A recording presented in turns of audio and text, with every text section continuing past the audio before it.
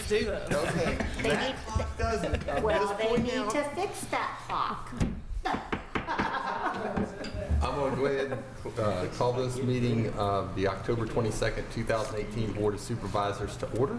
The first item of business is a closed meeting. Specifically, be it resolved that the Montgomery County Board of Supervisors of Montgomery County, Virginia, hereby enters into a closed meeting for the purpose of discussing the following.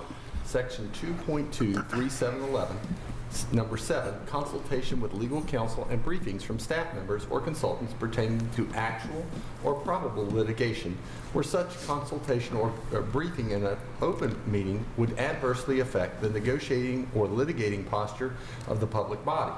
And consultation with legal counsel employed or retained by a public body regarding specific legal matters requiring provisions of legal advice by such counsel. And 1, opioid litigation. Is there a motion? So moved. Second. The motion by Supervisor Biggs, seconded by Supervisor Shepherd. Any discussion?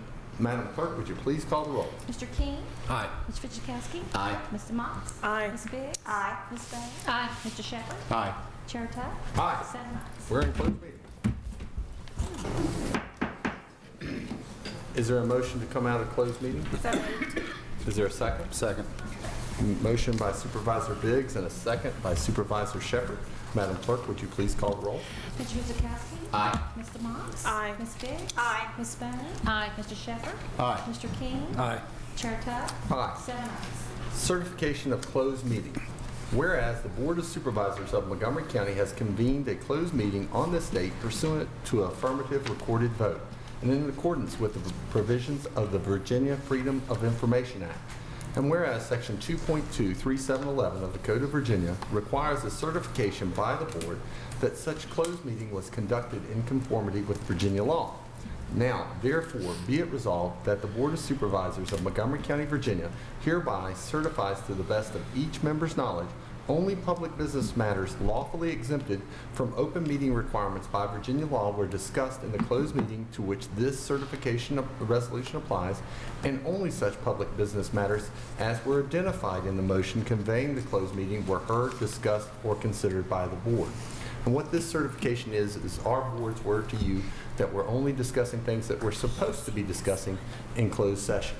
Is there a motion in regards to certification? So moved. Second.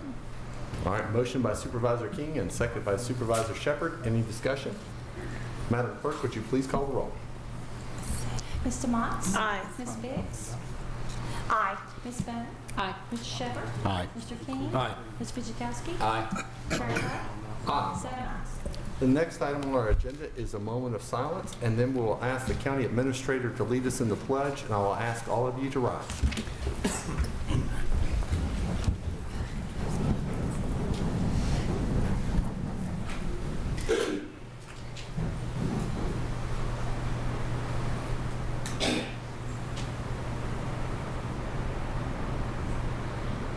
Let us pledge, please. I pledge allegiance to the flag of the United States of America and to the republic for which it stands, one nation, under God, indivisible, with liberty and justice for all. Thank you. You may be seated. The first item on our agenda is presentations, recognitions, and awards. And this evening, we have Fire and Rescue Senior Volunteer Recognition. And I'm going to ask the rest of the board to go ahead and join, I believe. What I was going to suggest is Steve Sheeler and I and Jimmy Bowyer will be down front sort of coordinating the ceremony. And if the board wants to line up right here as each individual comes up to receive their award, we'd ask that you also come by and say hello to the board members so they can congratulate you as well before you return to your seat. So if the board wants to stand right here in the front, and we'll be out here ready to go.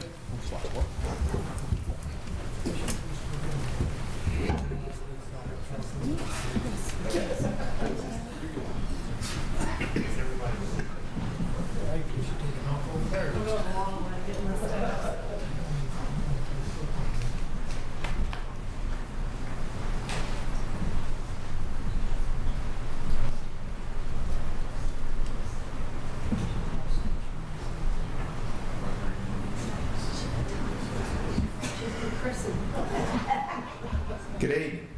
My name's Steve Sheeler. I'm the rescue chief at Longshot McCoy and the chairman of the Montgomery County Fire and Rescue Commission. It is my distinct pleasure tonight to take part in honoring the dedicated volunteers of Montgomery County that have served so many years in service to the county.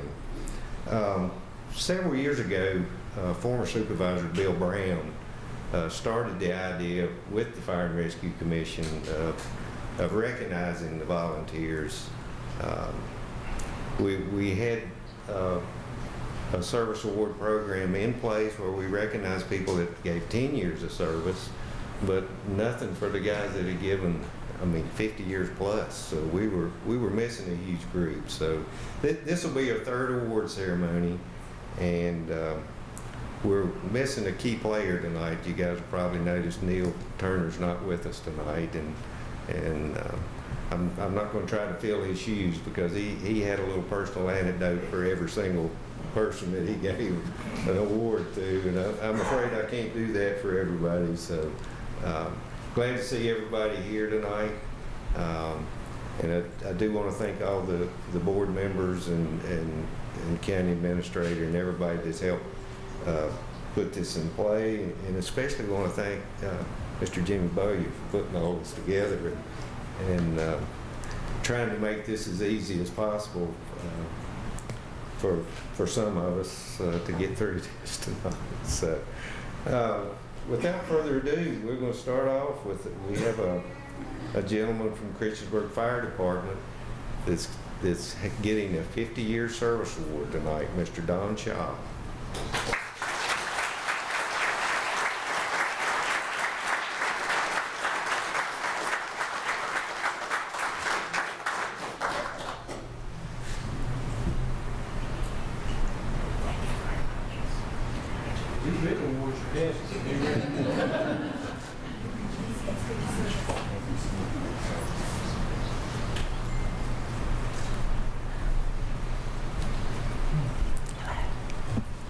From Elliston Fire Department, Darrell Wells, 45 years of service.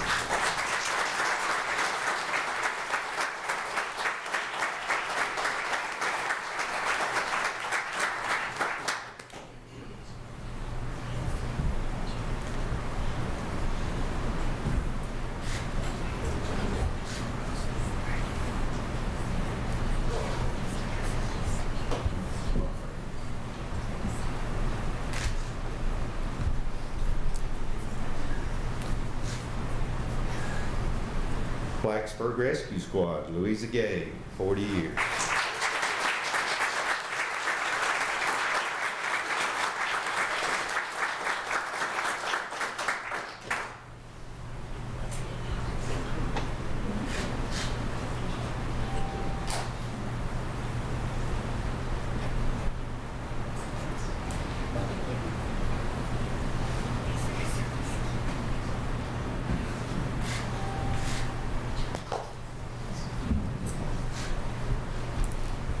Ryder Fire Department, Travis Simpkins, 37 years.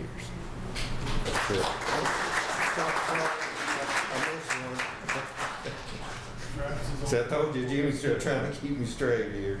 Blacksburg Fire Department, Greg Poland, 40 years.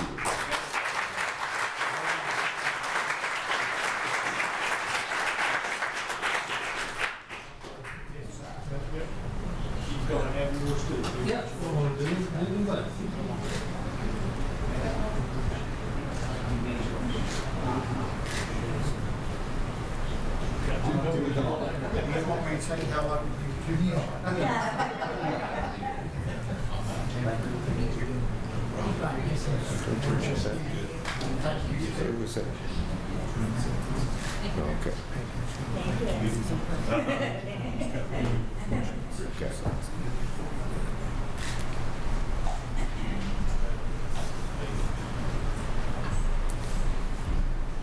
From Ryder Fire Department, Maven Ogle, 35 years.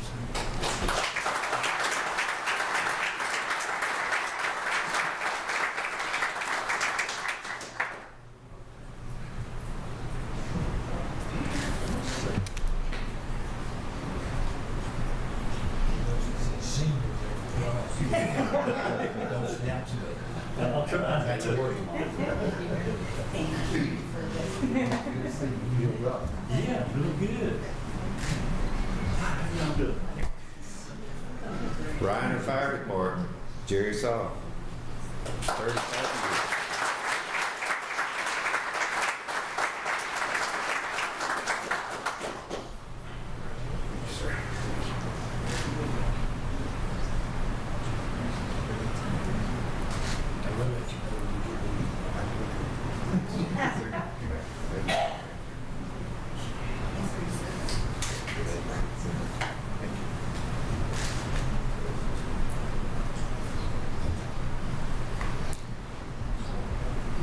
From Shawsville Rescue Squad, Monty Thomas. 38 years.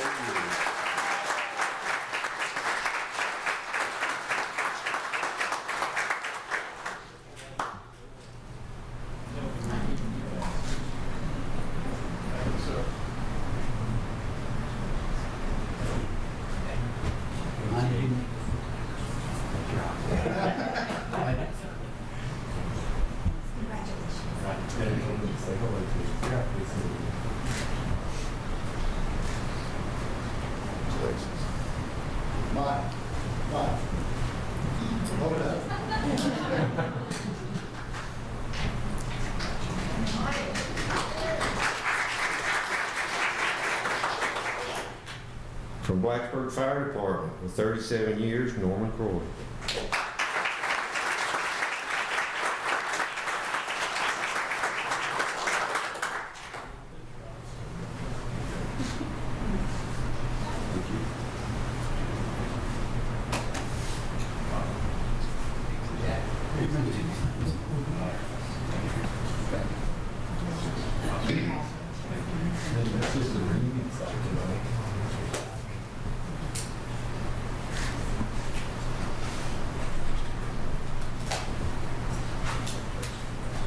Blacksburg Fire Department with 35 years, Donnie Croman.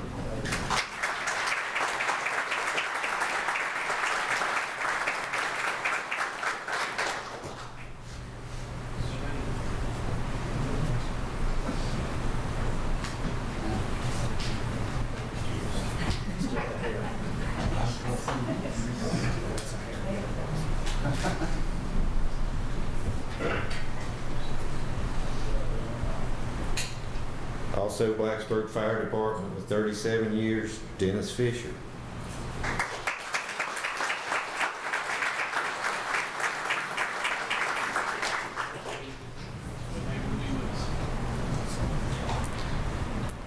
Blacksburg Fire Department with 38 years, Wayne Hunter.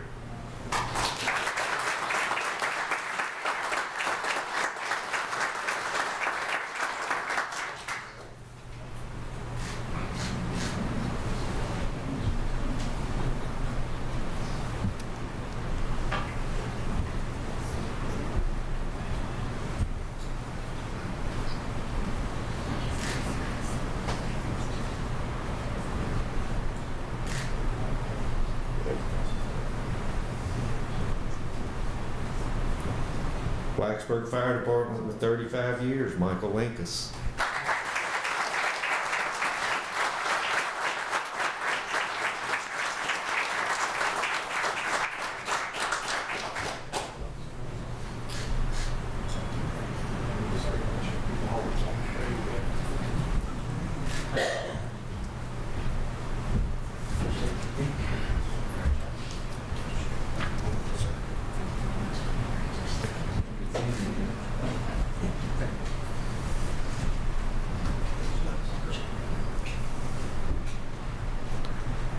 Blacksburg Fire Department with 38 years of service, Richard Stratton.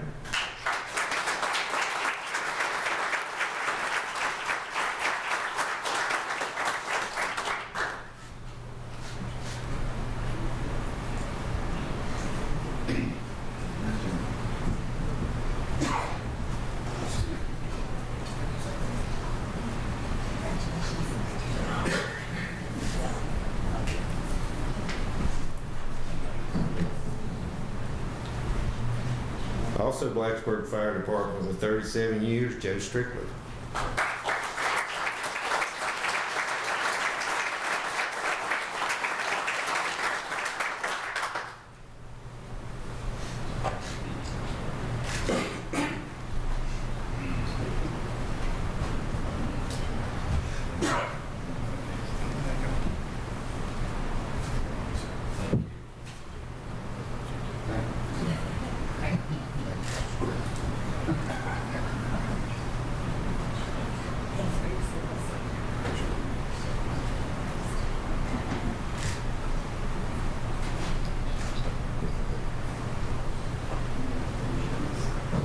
Blacksburg Rescue Squad with 38 years, Joey Allen.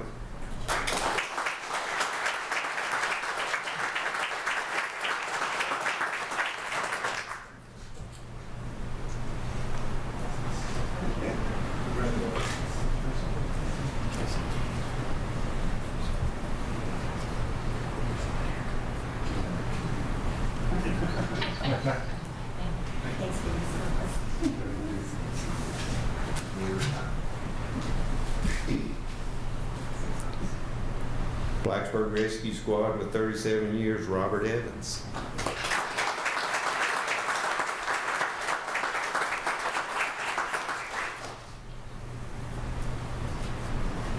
Blacksburg Rescue Squad with 38 years, Mike Hill.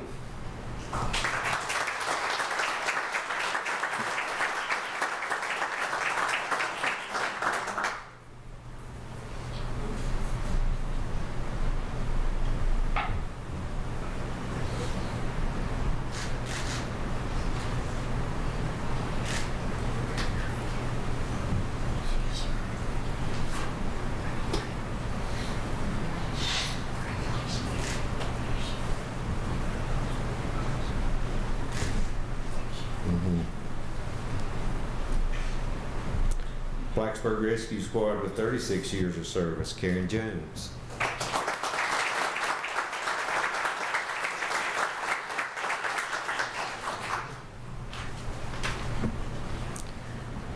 Blacksburg Rescue, 39 years of service, Lester Carl.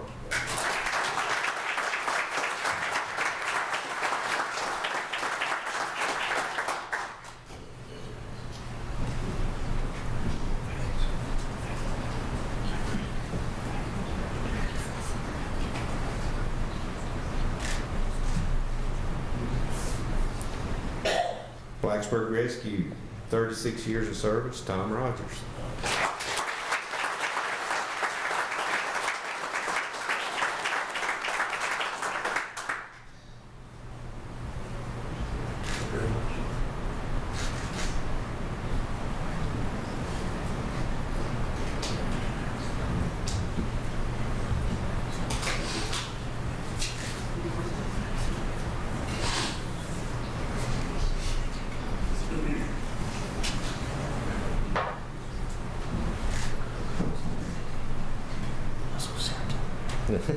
Great. Christiansburg Fire Department, Billy Hanks, 37 years of service.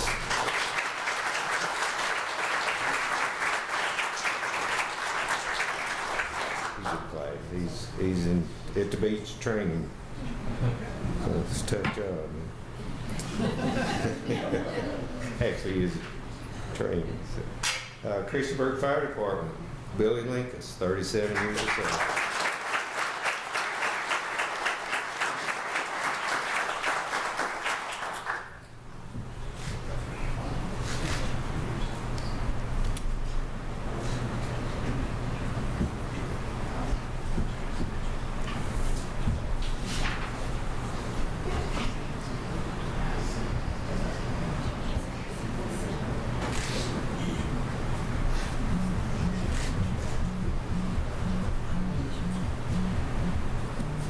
Christiansburg Fire Department with 39 years of service, Donnie Reed.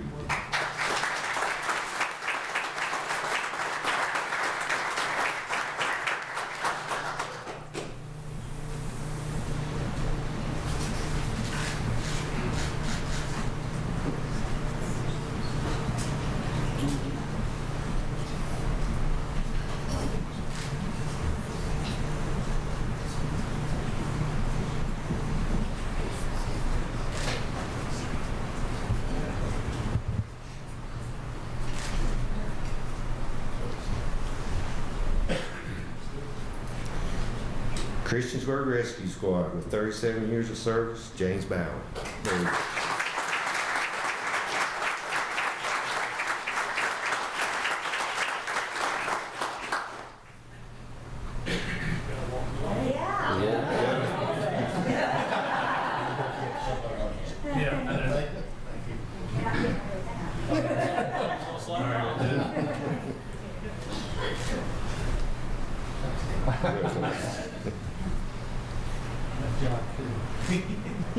Christiansburg Rescue Squad, 37 years of service, Gary Chandler.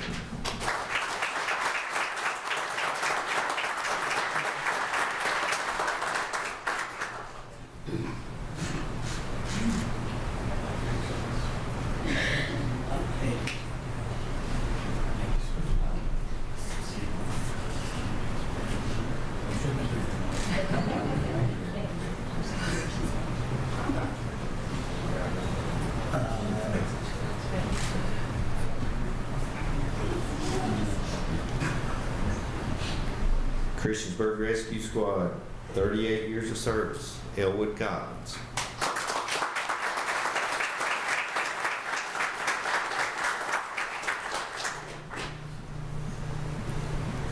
Christiansburg Rescue, 35 years of service, Ted Harris.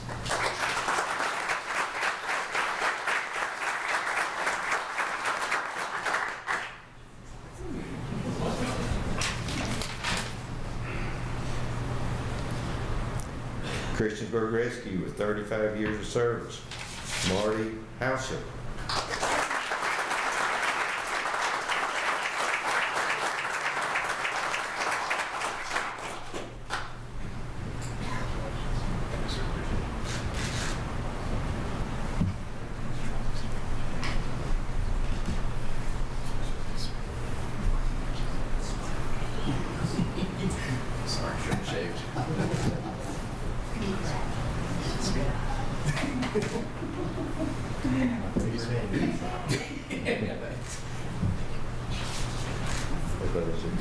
Appreciate it.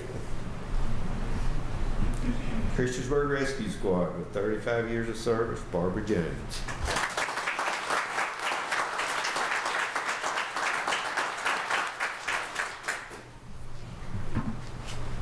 Christiansburg Rescue Squad with 37 years, Randall Maxwell.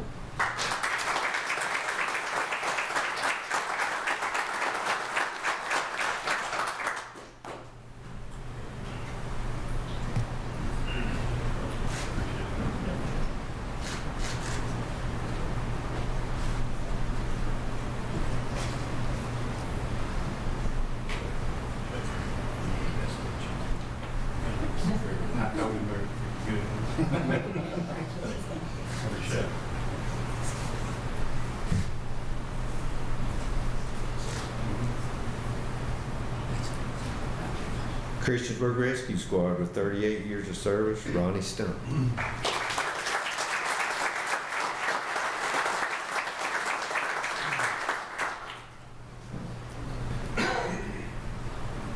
And I would like to say before I call the last name that we'd like to thank the Elliston Fire Department Ladies Auxiliary for the reception tonight. We really appreciate that. So.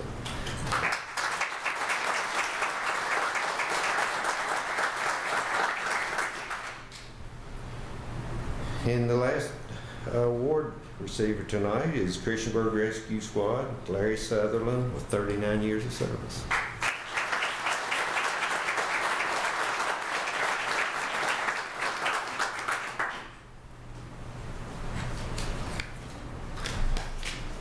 There's a lot of years of service there. I didn't add them up, but there's a bunch. So appreciate everybody's dedication and hard work. So.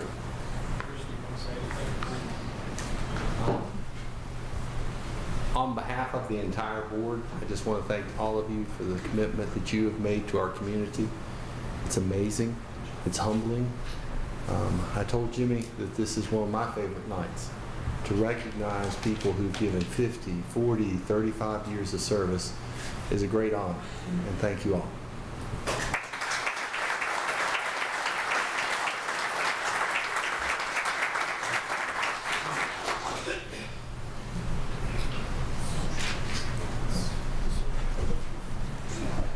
Folks, now we've got the rest of the meeting and you're welcome to stay, but if you would like to leave this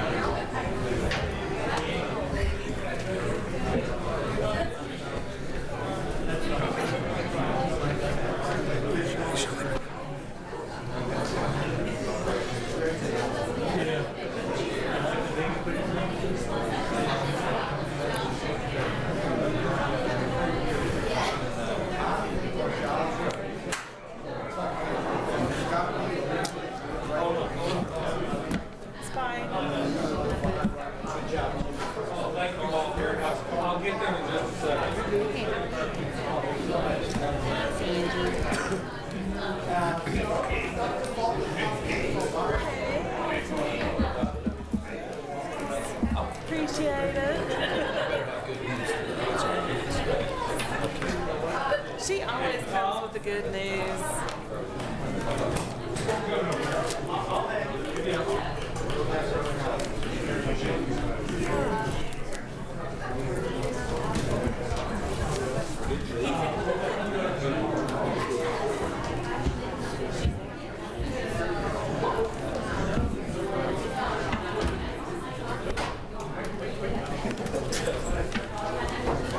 Well, I didn't say all these minutes.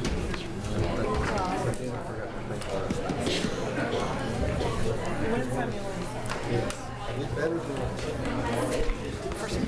I wasn't.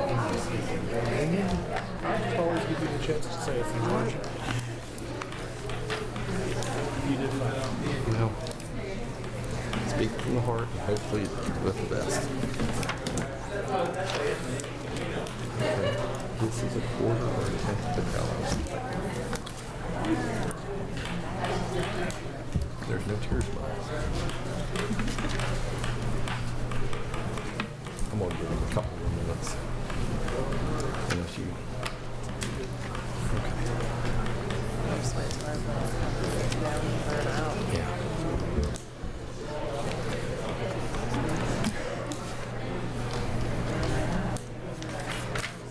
All right, and I'm gonna go ahead and make an announcement though now because I wanted those people to come forward and take their pictures. So.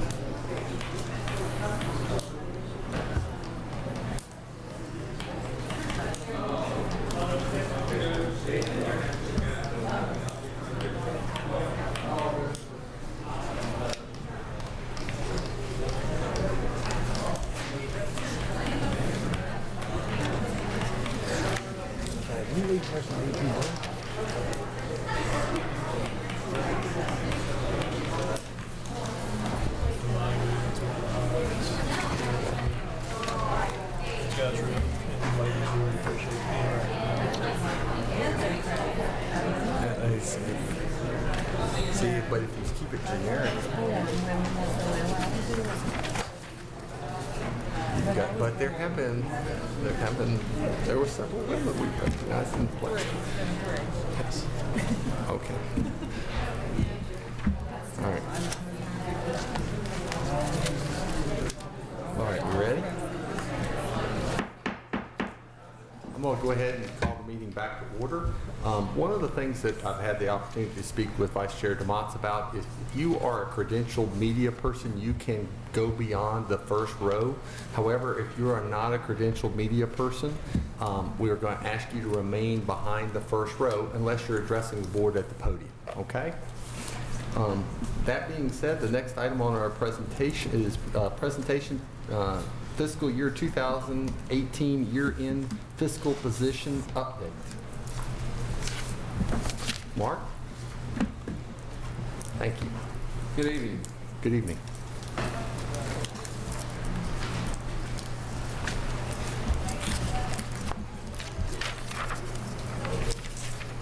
Okay, I'm going to talk to you a little bit about our revenue collection for the year. And actually, we're going to do a little tag team event, and Angie's going to come up here in a few minutes and go through the second half of the presentation with you.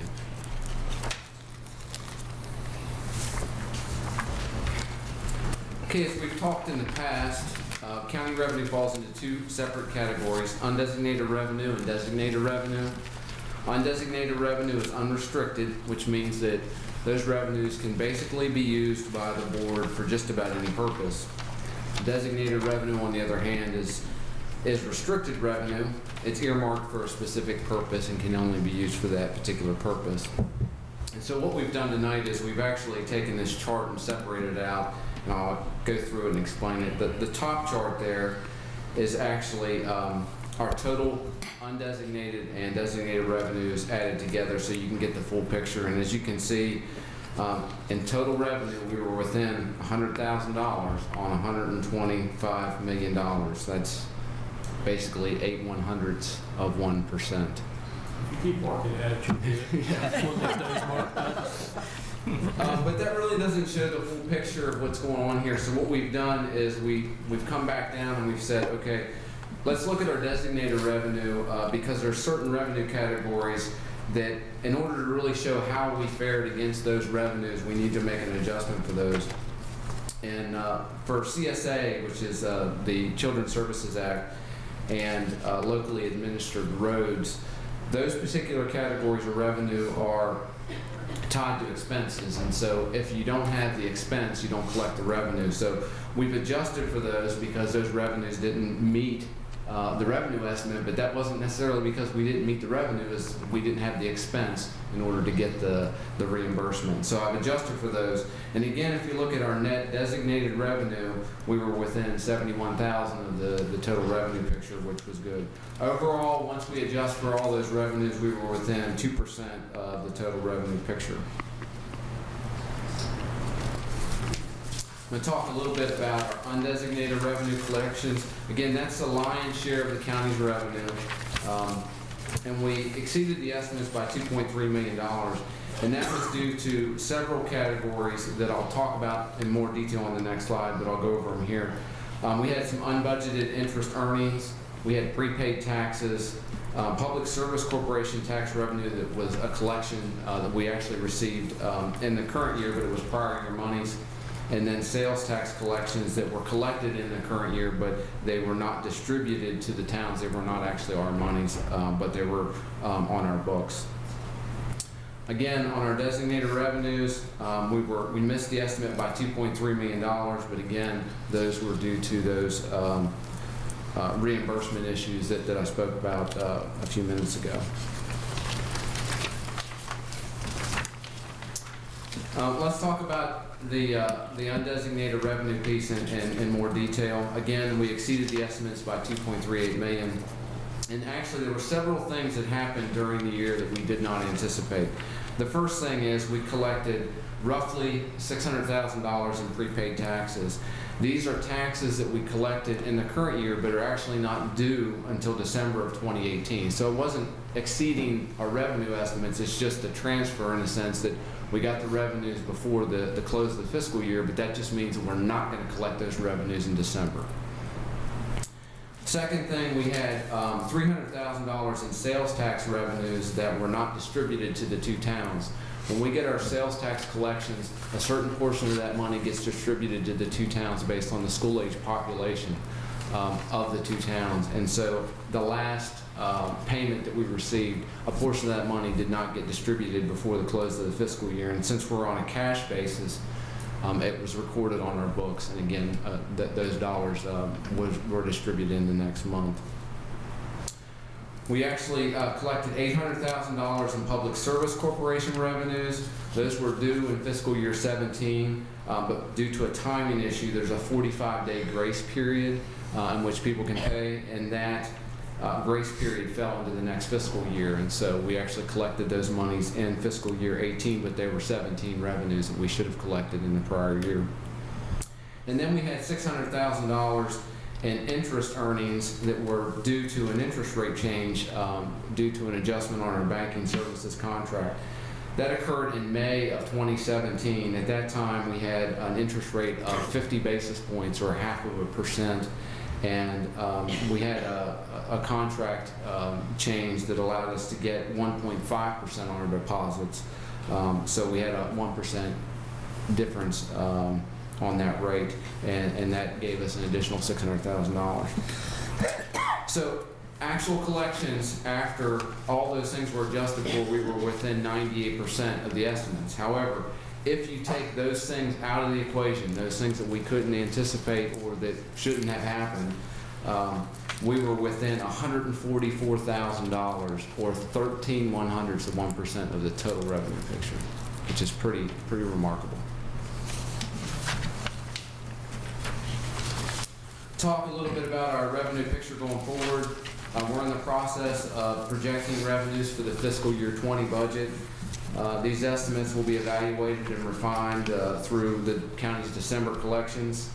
We'll have our preliminary revenue projections for fiscal year 20 in January of 2019, and then the final revenue projections will be presented with the budget in March. And at this point, I'm going to turn it over to Angie, and she's going to talk to you about our cash balance.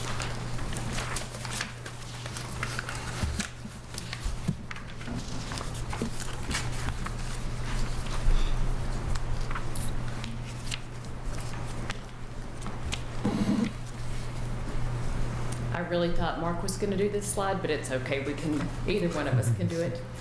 This slide shows our adjustment from the fiscal year 17 cash to 18 cash, and it shows again what Mark has already talked to you about, what our total revenues were for the year. The total governmental revenues were $125.6 million. And then if you look at all of the places that we spent those funds, you can see we spent $45.9 million on the general fund, then transfers to other funds, including debt service, the capital projects funds, EDA incentives, and then $45.6 million to the schools, gave total general expenditures of $123.5 million.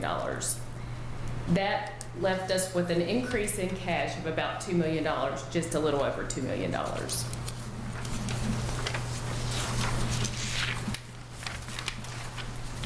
The next sheet's a little bit hard to see on the screen. I hope you can see it better in front of you, but this is familiar. We've been doing this for many years, maybe 20.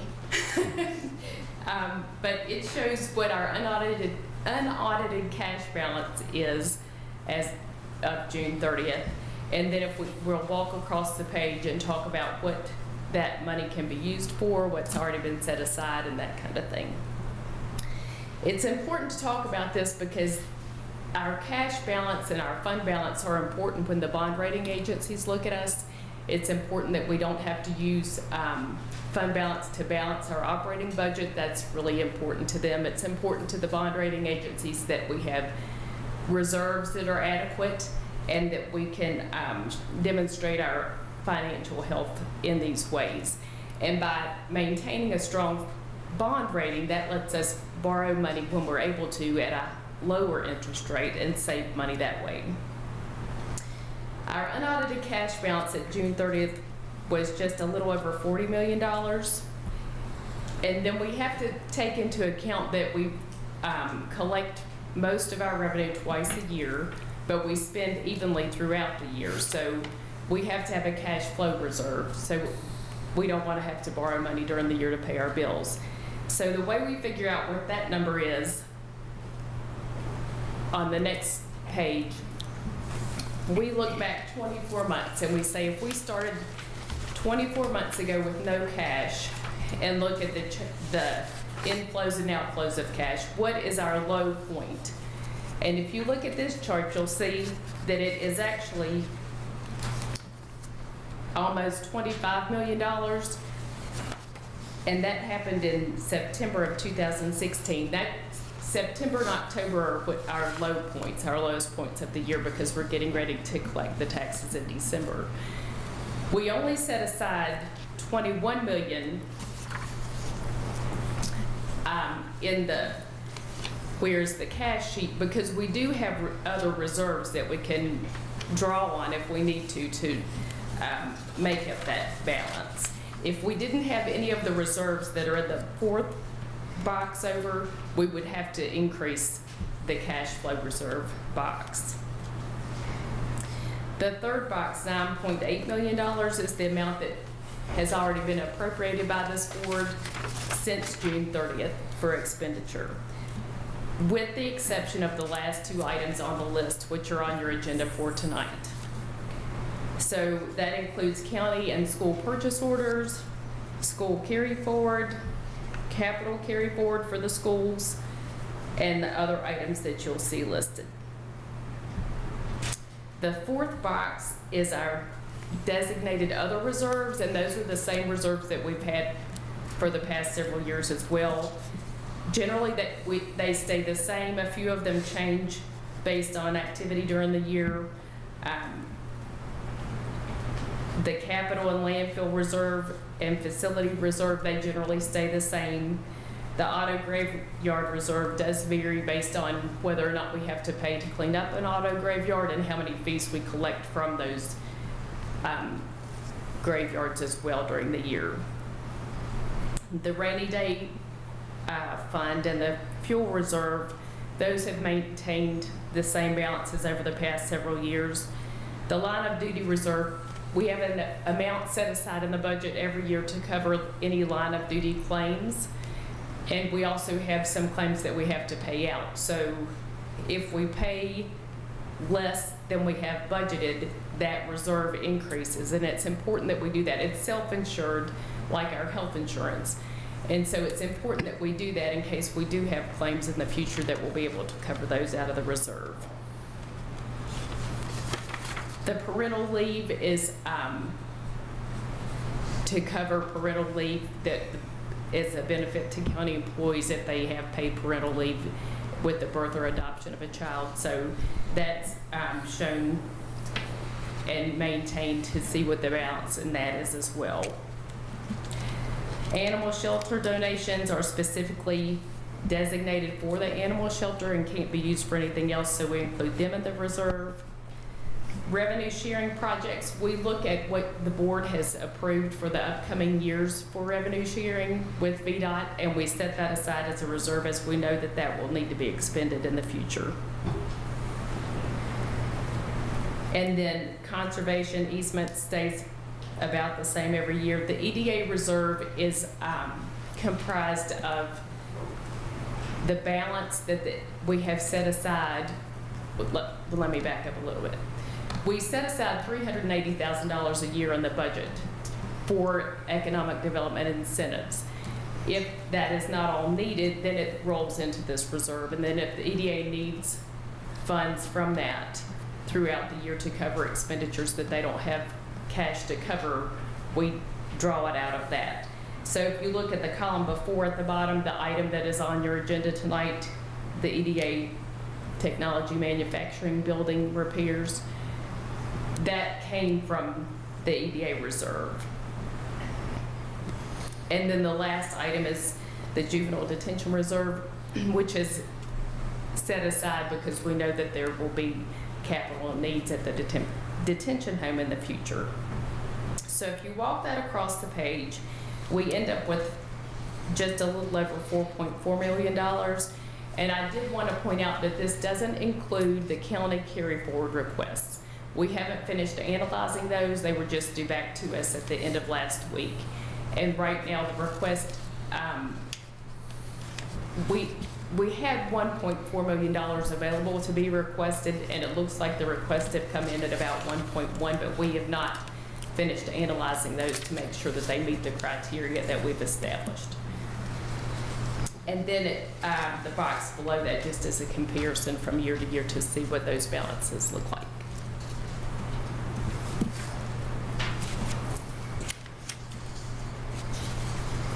Do you have any questions for Mark or me? I'll start off with Supervisor King No questions. Thank you. and Supervisor Christiansburg, No questions. Vice Chair DeMons. I don't have any questions, but I do have a comment. I think it's remarkable, the work that you guys do. And especially, I know 0.08% and 0.013%, I think is what you said it was when you take into consideration all of the differences. I think that that's really incredible. And you're very much to be commended for that. So thank you very much for the hard work that you're doing. Thank you. Supervisor Biggs. I agree with Supervisor DeMotz about your work, and it's been consistent every single year. It's been great. But I do have one question, okay? On line of duty pay, God forbid if something really terrible happened, okay, and we were to lose more than one person, does our line of duty insurance, does it cover if something like that happens? And the reason I'm bringing it up is this is something that came up at our VACO meeting with one of the counties that didn't have enough money and they had to go get more. The reason that, well, to answer your question, the amount that is shown in the reserve would not cover a significant event like you're describing. Yes. But the reason that we decided a few years ago to continue to be self-insured was because we do have strong fund balance and we do have other sources of revenue that we would be able to pay for those from. Okay, thank you. Supervisor Bone. Thank you for everything that you do. No questions. Supervisor Shepherd. No questions. Thank you for a great job. Thank y'all very much, and I guess I look forward to seeing the carryover request coming up. Coming up, probably next meeting. Thank you. Thank you, Mark and Angie. All right. The next item is a public hearing to establish the Board of Equalization deadline for appeals. Specifically, pursuant to law, the following public hearing was advertised in the new NRV section of the Roanoke Times on October the 7th and October the 14th, 2018. And specifically an ordinance to establish a January 18th, 2019 application deadline for appeals filed by property owners and lessees with the Board of Equalization for the purpose of hearing complaints of inequality in the equalization of real estate assessments and/or that the real estate assessment is assessed at more than the fair market value, and a March 8, 2019 deadline for all appeals to be finally disposed of by the Board of Equalization. And this is a public hearing on this topic only, and so there's no one signed up, but that doesn't mean that folks can't come forward if there was somebody who would like to address the board on this issue. Seeing no one come forward, go ahead and close that public hearing. The next item on our address is public address. There are several individuals who are signed up. However, this is an opportunity to address the board. The folks on the sign-up sheet will be heard first. This is, all of the comments are to be directed to the chair and other supervisors from the speaker's lectern at the front of the room. We begin by stating your name and address, and as far as debate between speakers and members of the audience will not be allowed. Speakers may leave any written statements or comments to the supervisors. Speakers will be judged out of order should a speaker engage in personal attacks, use of profanity, abusive language, or debate with the audience and not address the Board of Supervisors. Accepted etiquette is not to applaud or make loud responses. The first speaker that we have is Ms. Puckett, Anita Puckett. And the next speaker will be Tina Badger, if you want to come forward. Brought my own timer so that I don't go over. My name is Anita Puckett. I live at 306 Rucker Road, Blacksburg, Virginia. My purpose for addressing you all this evening has to do with the memorandum that I sent to you earlier today. I wanted to get it into the public record. So basically I'll be reading, not looking at you all that much as I try to figure out what I'm really trying to say here. And this has to do with the proposed Roanoke Gas Company gate station over in the eastern section of the county.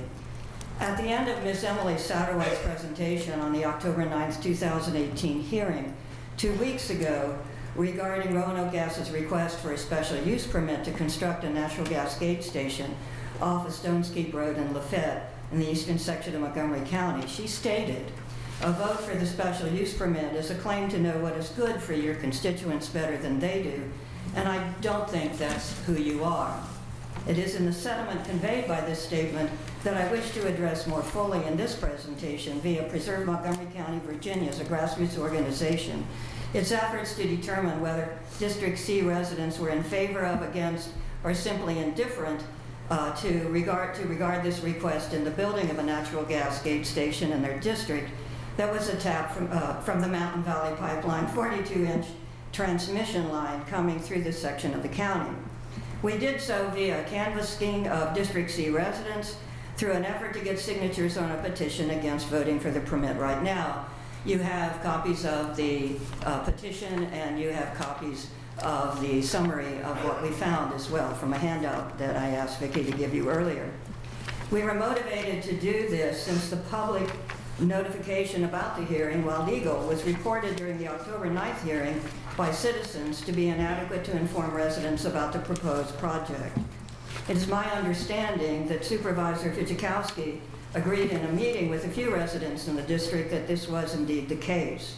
Therefore, significant citizen input to communicate the position was not possible before this October 9th hearing, and indeed, based on our canvassing, many still, this is just last weekend, still are unaware of the request for a special uses permit. We did our best to canvass residents who live in District C through distribution of a petition that was circulated only in District C particularly in Shawsville, Elliston, and Lafayette. We specifically indicated on the petition that respondents had 4 choices as to reasons for objecting to the gate station, and you have a copy of the petition. Given our members' very limited time, we were still able to obtain 138 signatures. We were able to canvass about 170 residents. We focused primarily on these Lafayette and Elliston areas, although Shawsville came in rather strong as well, because they're closest to the proposed location. Of those who didn't sign, none were in favor of, none, and I want to repeat, none were in favor of the station, although several reported that they didn't have enough information to make a decision, or that they were simply not concerned. All signees were adults of voting age. We simply presented people with a petition and asked for the questions. Others following me will say more specifically how they administered the petition. All signatures were obtained in locations in District C and elsewhere. Oh, we also collected signatures on the outside, on the other side of Allegheny Springs Road. During the Shawsville Fall Harvest Festival, we were able to have a table there but not collect petitions. So we did it outside of that site as well. We had a table over in the abandoned bank building. The actual findings are that Elliston, we got 31 responses, Lafayette 22, Shawsville 34, North Fork area 3, and then a smattering of others from different areas of Roanoke, Christiansburg, Blacksburg, and other places. We assume, we asked in some cases, that these people were in the area because they had family, businesses, or other reasons to be involved in the district, so we let their signatures stand. While you may only find the number of signers of this petition to not be representative of the district, and it is a small number, I do suggest that they do indicate a strong response from a significant number of residents who, in exercising their democratic rights, request that you table the Roanoke Gas request for a special use permit until more information regarding residents' own stand towards this issue be obtained. Otherwise, voting for the special use permit may take a stance that echoes Satterwhite's saying, you know what is good for your constituents better than they do, when we don't really think that is so. We don't think you want to do that. So I thank you for your time very much. Thank you.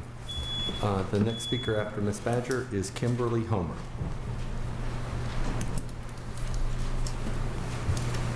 Good evening, and thank you for giving me the opportunity to speak. My name is Tina Badger. I live at 4181 Bluebird Drive in Elliston, Virginia. And I came here prepared to say a lot of stuff, but you know what? I just want to tell you that I'm tired. I'm really, really tired of fighting our government at the federal level, at the state level, and now it seems at the county level to stand up for the citizens and what they want. To stand up and take our side for once over the side of industry and corporations that are just in it to make money. People have come to these meetings, we've got petitions, you've heard that people do not want this. And you've told us to separate this from the Mountain Valley Pipeline, but I will tell you this is not separate from the Mountain Valley Pipeline, and they just lost another permit today. So what are the chances that if FERC does the job that it is legally abided to do, and stop this pipeline, what are the chances that this is going to happen?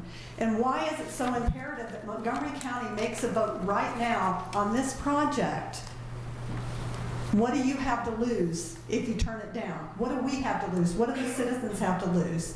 Don't tell me it's about industry and economic development, because I don't think taking a, if we build it, they will come approach is very wise.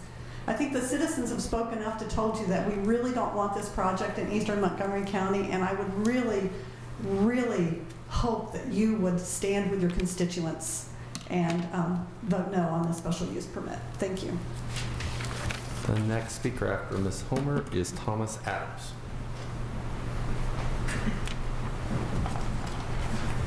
Good evening. My name is Kimberly Homer. I live at 222 Price Street in Blacksburg.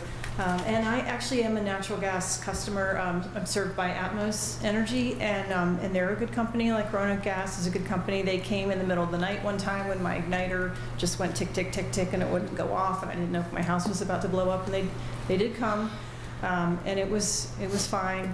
I did have to pay a lot of money to get gas installed, and I'm privileged to be able to afford that. thought it was cheaper or going to be cheaper than oil.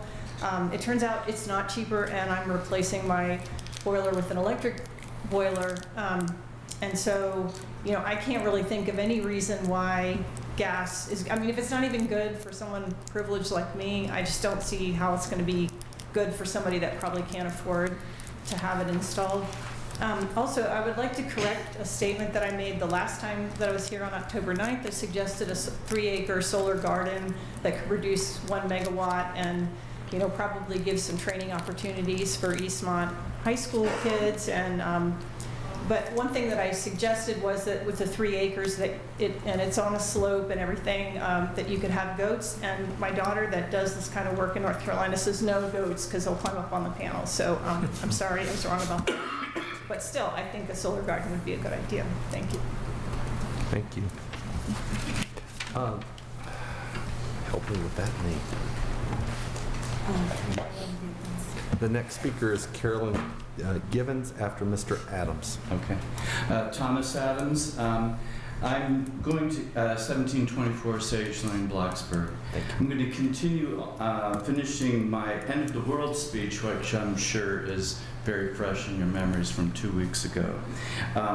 What I want to pick up on is reminding you of the UN IPCC report that says that unless we begin now to reduce the use of fossil fuels, that within 10 to 12 years will pass through the 1.5 degrees C increase in mean global temperatures since the start of the Industrial Revolution.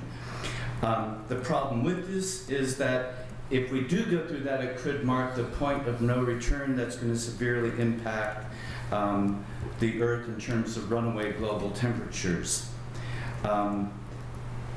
The IPCC estimates that we must reduce global greenhouse gases emissions by 45% within 12 years to keep below the 1.5 degrees C target.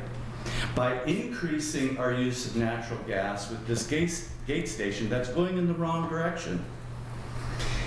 We think that a small amount of increase in natural gas is inconsequential. Each small increase is analogous to a long line of people, each taking a dropper-size amount of water from a bucket. When do we see a significant drop in the water level?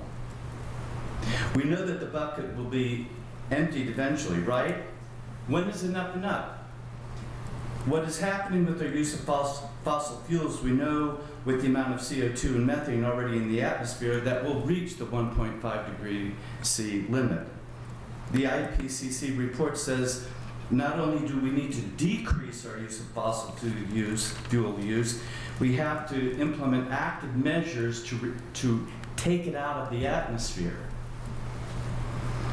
The Earth's climate is like a massive ocean liner, and to reverse direction it takes time. There's a lot of climate inertia to overcome. It's not a speedboat, so changing the course will take time. Therefore, we have to begin now. The implication is that we have to curtail our use of natural gas, not promote its use. The Roanoke gas gate station must not be approved. We are destroying the futures of our children, grandchildren, and great-grandchildren. I have a number of papers here that I could show you, but I won't, that support what I'm saying. And not only does it do that, it shows that not only have the climate predictions, including in this report that I've mentioned, they're conservative. Actually, worst case scenarios have been what we've been seeing. And there's a report here I can show you that says that. I want to read from you something I found on the internet. It says that governments are instituted among men, deriving their just powers from the consent of the governed. That whenever any form of government becomes destructive of these ends, it is the right of the people to alter or abolish it and institute a new government, laying its foundation on such principles and organizing its powers in such form as to them shall seem most likely to affect their safety and happiness. It goes on. When a long train of abuses and usurpations pursuing invariably the same object evinces a design to reduce them under absolute despotism, it is their right, it is their duty to throw off such government and to provide new guards for their future security. What does that come from?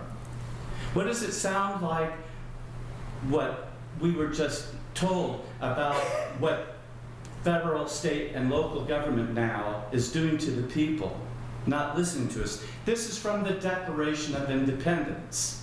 And what we're seeing, if you're not listening to the will of the people, the ones who are coming here to these meetings and speaking to you, where are the pro-gate station people besides Roanoke Gas?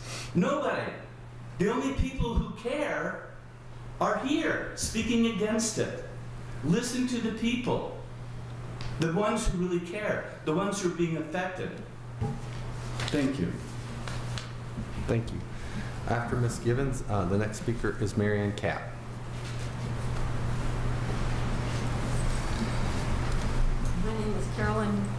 My name is Carolyn Gibbons, and I live at 2311 North Main Street in Blacksburg.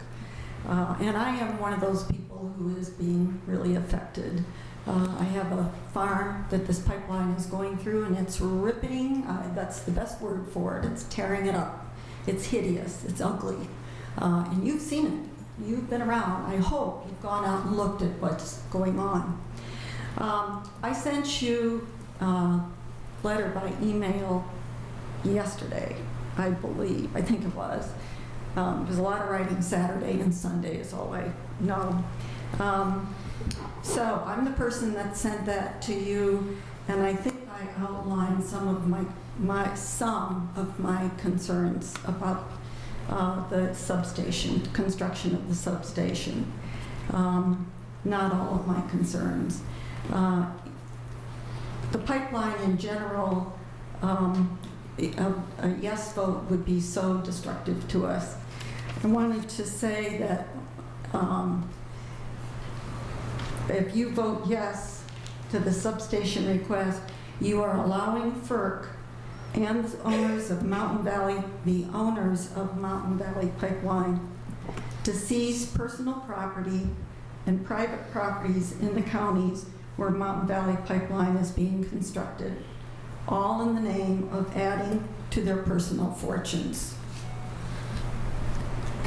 Second, I want to stress the whole issue of eminent domain, but I also want to talk about explosion. That's something that I don't hear about very often. There is potential for explosion. I wrote a paper on this. I was astounded at what I found. But I was also astounded that nobody wanted to talk about it. The resist groups that I belong to, a gentleman said to me one night when I brought it up, I don't want to talk about that. And I said, why? It's so real. What's the deal? And he said, it's very scary. I talked to somebody from EQT, a lawyer with EQT that worked with the lawyer we were using. When we brought it up, he totally blew it off and said, I don't want to talk about that. When I talked to another MVP, and I don't know exactly who it was, which company they were related to, he said, why are you talking about that? Why do you want to bring that up? We don't have explosions. That doesn't happen. And he refused to talk about it. It's real. And you hear about it. You've heard about it on the news. It's happened other places. It can happen in these mountains right here, maybe more particularly in these mountains right here, because you got a 42-inch, 1,400 PSI line going through land that it was never engineered for. That's a real issue.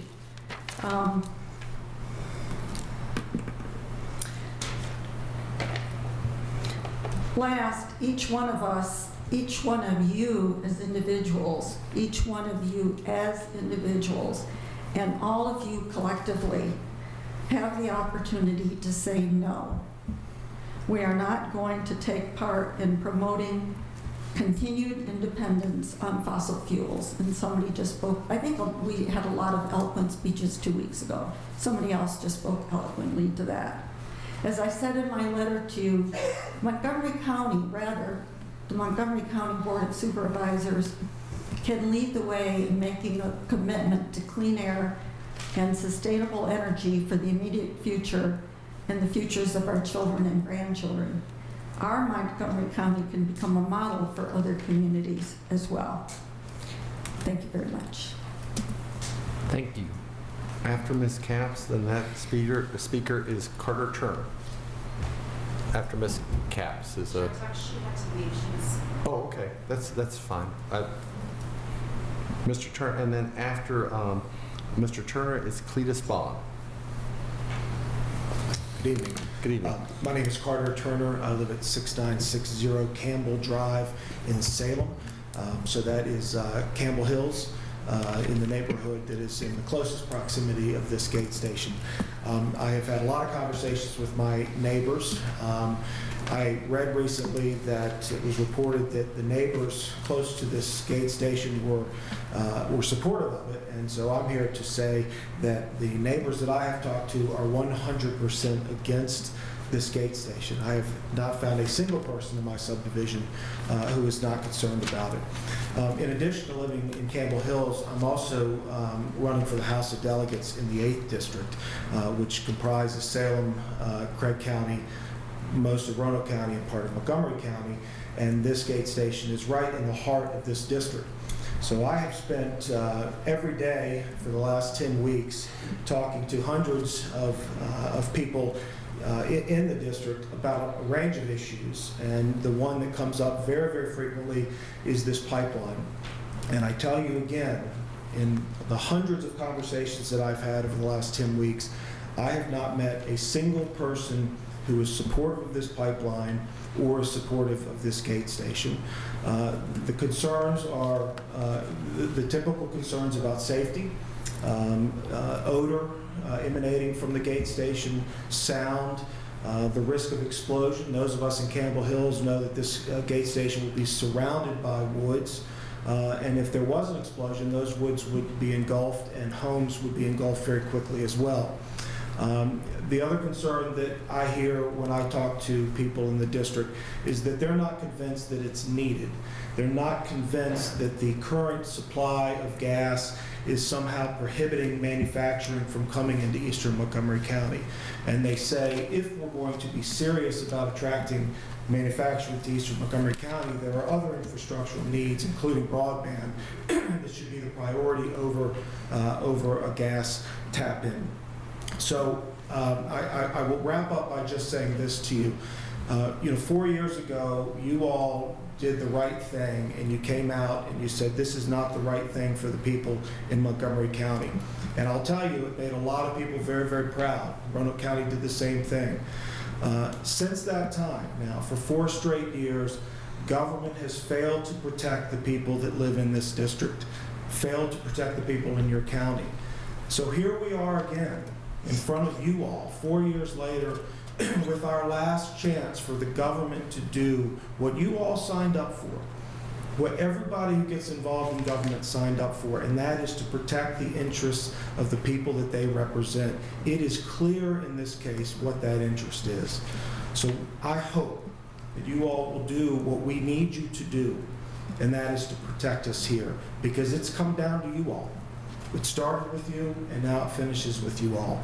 But we need the confidence in you that you're going to put us first. Thank you.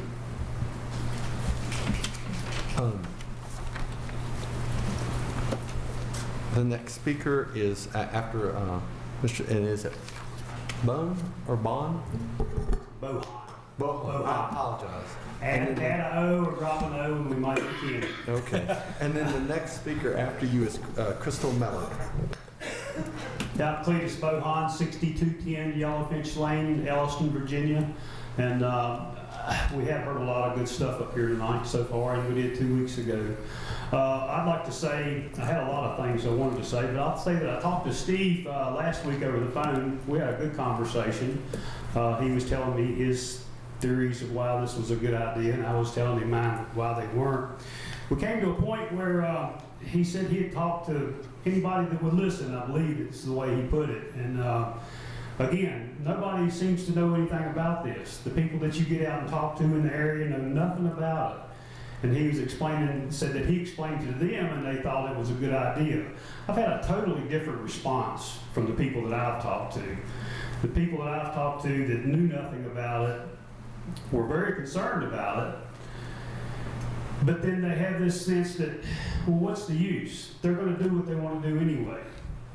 That's not a good attitude for folks, the local folks, to have about their local government. It's really not a good feeling for me to feel that I live around people that feel that way, and it's really hard to feel good about the local government not standing up for us. And I think it's time that we need to really stop and think about that and do that. And I do appreciate what you did 4 years ago. That was really big of you. And you keep saying this doesn't involve the Mountain Valley Pipeline, but it so does. It so does. So I think I would really like for you to just take a moment and at the very least put this vote off.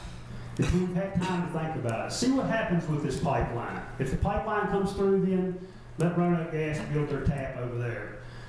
It might cost them extra money if they wait, but that's not on Montgomery County residents to have to consider that. So I ask you again, just please hold your vote. Just hold your vote. Thank you. After Ms. Mello, it's Dr. Satterwhite. Hello, my name is Crystal Mello. I live at 992 Poplar Hollow Road, Charlottesville, Virginia. Well, and the pipeline and this gas station is connected 100%. We can pretend like it's not. It is, and I'm tired of people saying, well, it's not connected. It is connected. And as far as the signatures, in about 3.5 hours, I got about 13 signatures. That's how long it takes just to get that amount, okay? So when she says there's 130 or whatever, that's really a lot. That's a lot of work, trust me. Chris Tuck, I noticed that you said in the messenger that the noise was the sound of a hairdryer, and I believe that's what one of these guys said also. So I don't know if that's just coincidence that y'all are using the same line or whatever. And I was told that you don't even really live right next to it, that you have a property that's next to it that maybe you rent or something to that effect. I could be wrong, you can correct me. This is just small town rumors. That's why we need to know this stuff. These are just the few newspapers that I grabbed on the way out the door of blockades, permits halted, the pipeline stopped, the water, they can't cross water right now. They just had like 5 more permits revoked today, MVP. Some of us have hope that this isn't going to come through.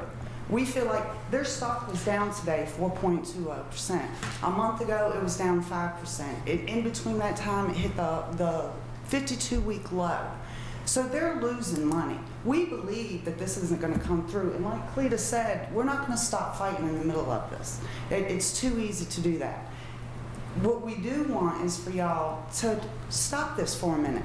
You did all vote not to have this pipeline. Steve, at the meeting, you threw your hands up. I'm not for the pipeline. I'm not for the pipeline. And we weren't even being ugly with you. It's not like we were throwing shade.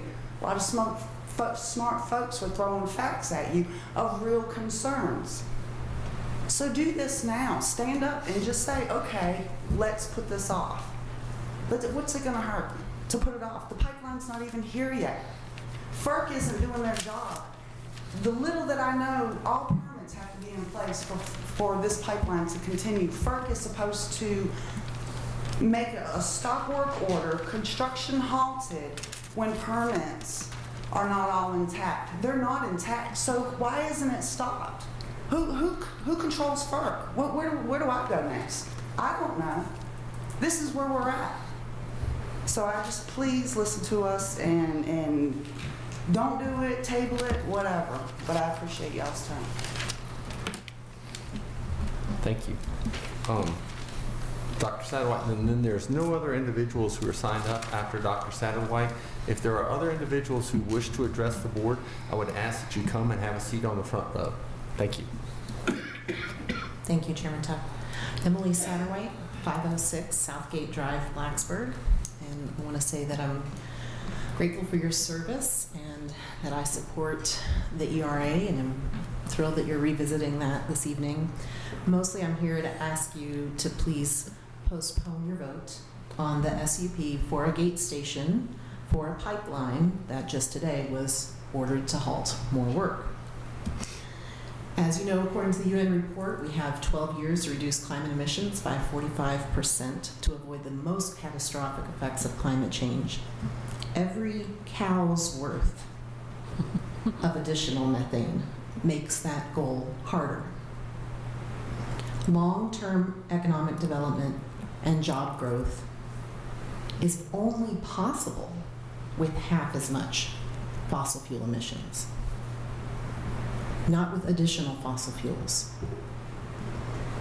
Installing a gate station to expand access to fracked gas is not a victimless crime.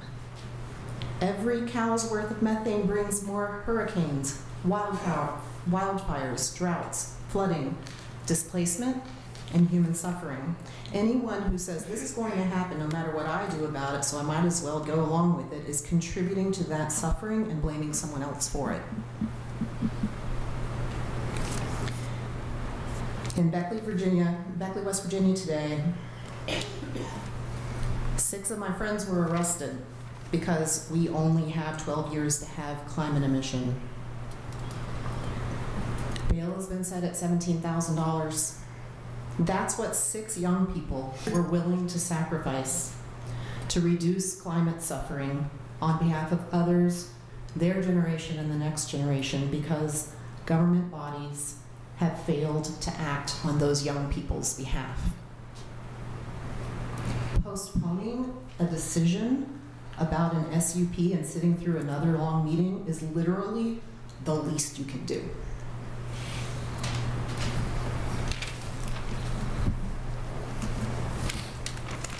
Yes, ma'am. Please state your name and address, and you have 5 minutes. My name is Tammy Belinsky. My address is in Copper Hill, Virginia, in Floyd County. And actually, my home is closer to this proposed project than this building is, because I'm up on the mountain by way the crow flies. I can hear the trains on the river from my house up on the mountain. But I wasn't prepared to say anything, but Tom Adams inspired me by reading the Declaration of Independence. I'm 57 years old, and when I was 18 years old, I went to college to study environmental science. And I decided when I was 18 years old and I read about energy consumption that I wasn't going to have children. I didn't have children. I decided that in 1980 because we can't afford the energy consumption. You know, Tom Adams has a lot of faith and a lot of hope that people like you will make the right decisions on our behalf. But I've been doing this a long time. And I'm glad I didn't have children because you guys have made me right. I don't trust any of these old white men with gray hair and suits to make decisions on my behalf, and I never have. But you know what? I want you guys to make me wrong. I'd love for somebody to make me wrong because all I ever get to do is be right in what I do. I only get to say I told you so. You were honoring all the emergency services people here tonight. Some of those people could end up losing their lives fighting fires because this pipeline will explode. It's not if, it's when. They could lose their lives servicing some problem down at this gate station. So I'm glad you appreciated them tonight. But I challenge you to make the right decision tonight and delay this decision. You don't need to make this decision tonight. There may not be a pipeline. Make me wrong. I'm not sure which one of you ladies came first, so whoever wishes to speak. We made a pact. Okay, fair enough. I'm still Elizabeth Struthers Melvin at 1391 Breckenridge Drive, Blacksburg. This is round 3 in the discussion of the special use permit At round 1 with the Planning Commission and round 2, your meeting of October 9th, I asked you to think about some questions. A primary question was about environmental justice. Is Eastern Montgomery being treated unfairly by poorly informing residents of the SUP and using Elliston and Lafette as a sacrifice zone for industrial installations, such as the approved intermodal rail yard and the proposed gate station? Another group of questions was about whose interests would be served by approval of such a gate station. Did MVP press Roanoke Gas to make this request because it gives MVP some minor local benefit claim? Would MVP use the approval of the SUP for a gate station in Lafette now as a preparation for a request for an SUP for a compressor station in Elliston later? Because Roanoke Gas has admitted under questioning that their areas of future expansion are Roanoke and possibly Franklin counties, would Montgomery County residents have any gains to offset their losses? Because residents of Lafette and Elliston have testified to you that do not want gas-powered industrial development in their rural areas, is the argument for a gas gate helping local development reasonable? Are there hidden or simply undisclosed costs for Montgomery County in relation to this SUP, as there apparently are for a comparable case in Buckingham County? What losses is the Board of Supervisors willing for its citizens to suffer for the promise of some potential increased property tax revenues? A final question involved to whom you, the supervisors of Montgomery County, are responsible. Is it your responsibility to do the bidding of FERC, of MVP, of Roanoke Gas? You are the only ones who can grant, table, or reject this special use permit. And you are responsible for all the residents of Montgomery County whom you represent. What you do on this issue will be your doing, your legacy. Tonight I want to raise an even more basic underlying question, the question of democracy. 4 years ago, when we first learned about the proposed Mountain Valley Pipeline, we were aware of the corporate influence on FERC at the federal level. But we thought, naively as it turned out, that the state agencies charged with protecting the quality of water and overall environment in Virginia would do their job. We thought that if we citizens brought the obvious problems of the proposed pipeline to their attention, these agencies would listen and act. But state government too, from 2 governors on down, has been corrupted by corporate interest, often in the form of campaign donations and other perks. Our hopes in the American democracy of the government by and for the people have been overshadowed by big money. But surely we thought, at the local level, the level of county government, democracy still works. The Board of Supervisors does provide public hearings on important topics and allows citizens the time and freedom to speak on these issues at such hearings and at public comment times at regular meetings. That is greatly appreciated. In addition, several supervisors have acknowledged the assistance of citizens in serving as the unpaid research assistants about many dimensions of the issues at stake and expressed gratitude for citizens' expertise and commitment. However, sometimes it seems as if citizens are talking to ourselves and not actually being listened to by all the supervisors.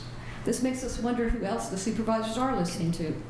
Has the Board of Supervisors been corrupted by corporate interest? Are there corporate campaign donations or other perks to the members of the Board of Supervisors? This is a horrible question to have to ask. But what does it mean when supervisors do not, in their voting, represent the views of their own constituents? One has to wonder who they are representing. Perhaps they are, naively I think, holding to the view that the chief business of the American people is business. But that statement was made by Calvin Coolidge in 1925. Surely the world has changed since 1925. And in the same speech, interestingly enough, titled "The Press Under a Free Government," and addressed to the Society of American Newspaper Editors, President Coolidge also said, "Of course, the accumulation of wealth cannot be justified as the chief end of existence."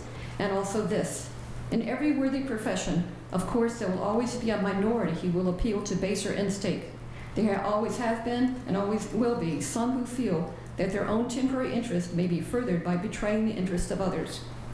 I have unfortunately learned that Coolidge's statement is true, currently of the profession of government service at the federal and state levels. Yet I'm still hoping that such furthering of one's temporary interest by betraying the interests of others one is elected to represent, does not describe the actions of the majority of the members of the Montgomery County Board of Supervisors. Even Coolidge said such persons would be the minority, not the majority. May it be so. Thank you. Ms. Majors, I believe you were next. I'm Linda Majors, 2620 Mount Tabor Road, Blacksburg, Virginia.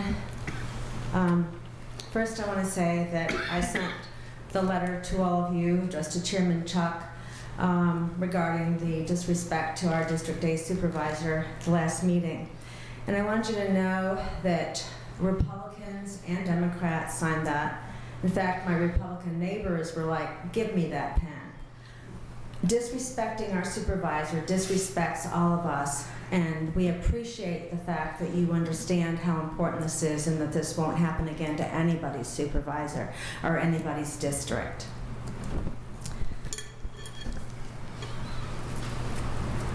People before me have mentioned that another permit, the 5th permit, has been pulled. Nowhere in this pipeline are they able to go across any stream or any wetland. This to me in itself would indicate there's a big problem with this pipeline, and your vote on a gate station would be incredibly premature. You also have received a letter today in your board docs packet. These are pictures that I took of pipes with reject written on them that were October 7th still out of the ground without being in the trench, and October 20th and 21st in the trench. Just to refresh your memory, this is a pipe in the trench with reject written on it. This doesn't give me confidence in this project at all. And you all are legally responsible for the decision that you individually make on this gate station, because this Mountain Valley pipeline is inextricably linked to the gate station. There is no way that you can separate this out. I've been really impressed with the fortitude of everybody that's come to speak to you. I have come to speak to you for 4 years. That ought to mean something to all of you. Yes, ma'am, I believe you were next. I'm going to be brief. I was just going, whoever arrived first. So. Thank you. Thank you for allowing me to speak. My name is Whitney Whiting. I'm going to be brief. I'm a resident of Roanoke, but I used to live in Richmond. And I just wanted to kind of piggyback off of some of the things that the other speakers have said tonight, especially Ms. Struthers, about the potential for there to be a compressor station in the same area. It's a big fear that I have. And I mentioned that I live in Richmond because I know people who know people in Richmond, and there's going to be a 4th compressor station. And they're not telling you about it. Maybe they have told some of you about it. I don't know. I don't want to speculate. But I just know this to be true. And I'm not going to reveal my sources. But I know people in Richmond. It strikes me that it would make sense for MVP to not want to tell you about a 4th compressor station, because we've seen a lot of pushback against those in other areas. But yes, these things are linked. And with all the permits that they have been losing in the last several weeks and months, they're going to need another permit for a compressor station from the DEQ. I don't think they filed for one yet, but if you kind of give this some time, they're going to have to do that. So I think that, as some of the others have said tonight, if you give this little time like you have the time to do it. There might be some more, there's probably going to be some more information forthcoming in the other agencies that might help you make a decision. So I hope you delay this tonight. Thank you very much. Thank you. Sir?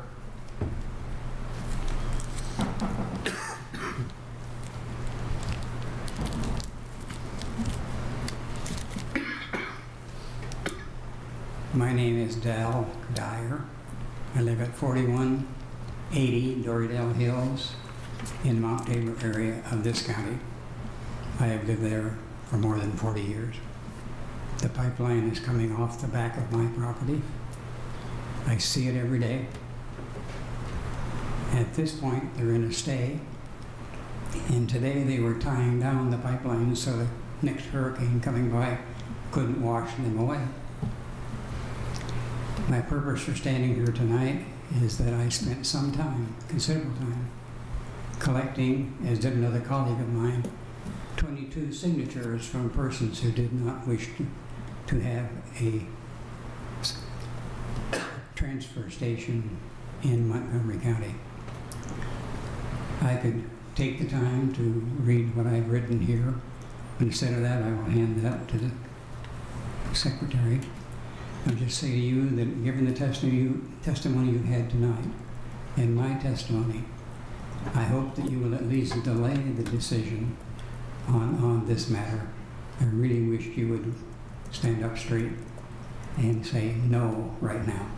Thank you.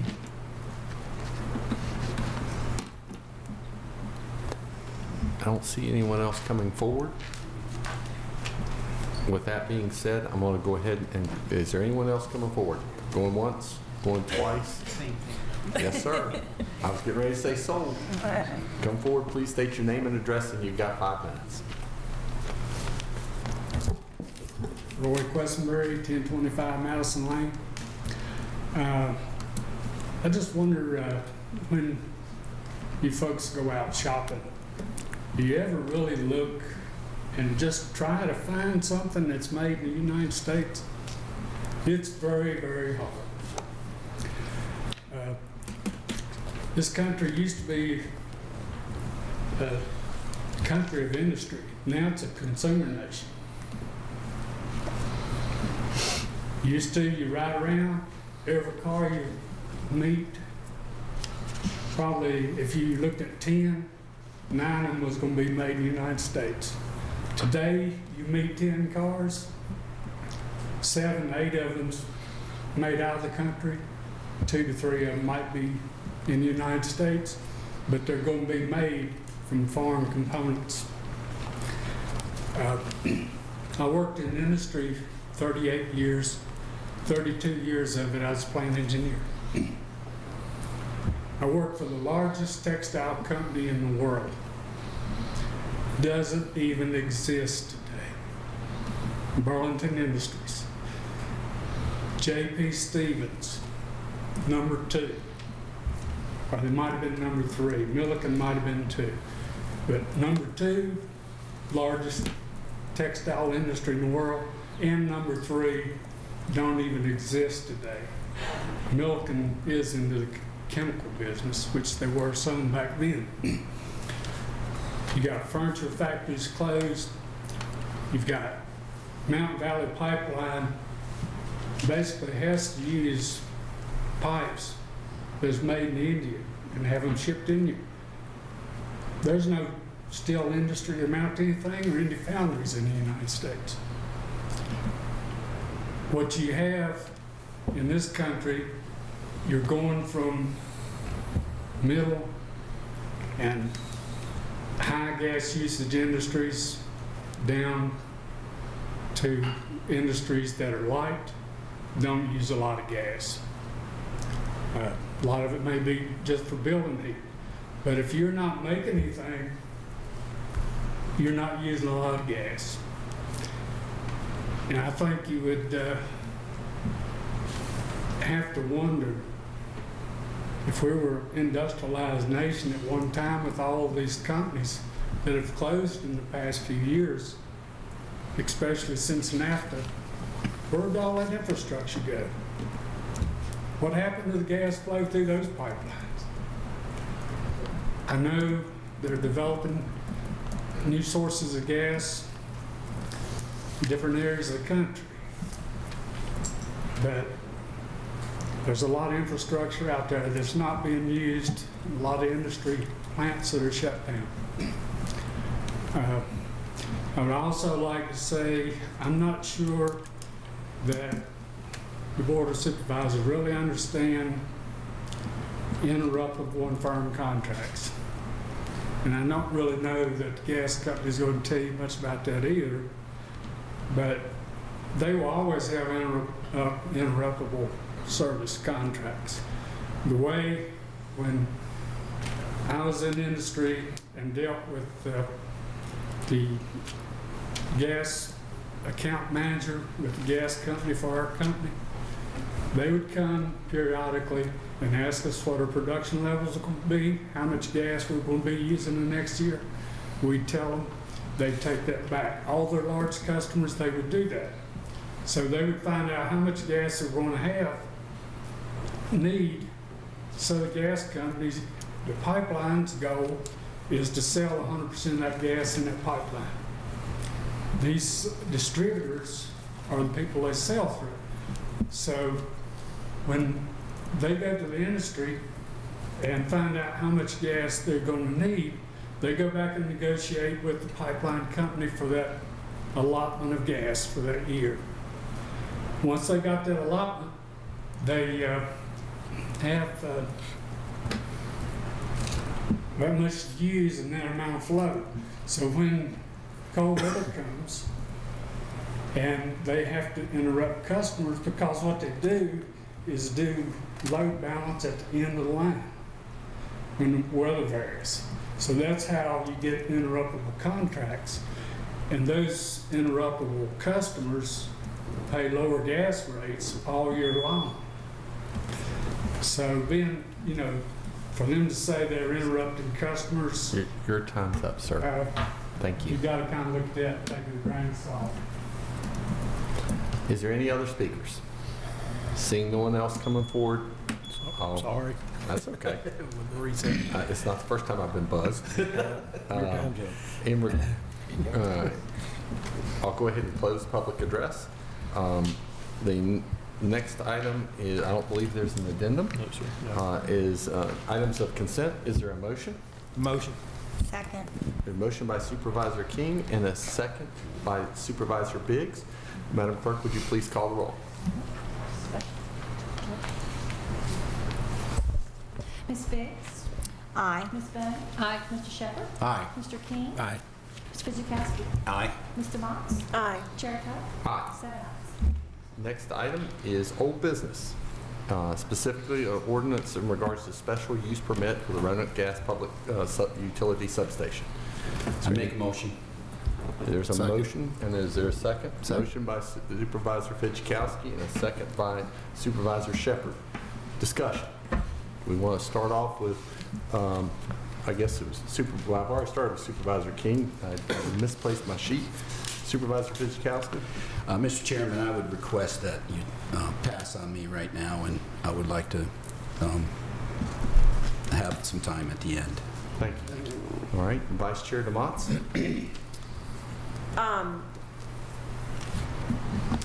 If we have to vote on this tonight, then I will definitely be voting against it. I would be willing to consider delaying it, but if we move forward with voting tonight, I will not be voting for the gate station. That's all for now. Okay. Supervisor Biggs. Yes, I have some points that I've been thinking about today, and I wrote them down, so you sort of bear with me.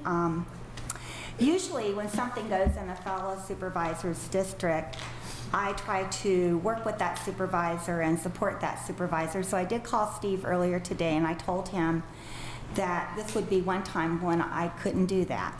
To me, when you're looking at this substation, gate station, you're looking at the whole picture. And that whole picture includes MVP, because this is a direct tap to the gas that is going to be coming through the MVP pipeline, fractured gas, as we know. And I have publicly declared over and over and over, I do not support the MVP pipeline. And yes, I do think it's related. Not only have I declared that I don't support it, but I've word passed, as noted earlier, a resolution not supporting it. To me, that means all aspects. And yes, I think it is related to the gate station. My second point is the construction of the pipeline has slowed down because of court decisions, construction obstacles, and now it seems like 5 permit withdrawals. So its future is in question. So I see no hurry in approving this SUP, and I support and respect the citizens that have come forward, not only at the Planning Commission, but to our 2 meetings. Third, it would appear, based on questions that were raised at our last meeting, that the substation would benefit Roanoke County residents and businesses far more than Montgomery County residents.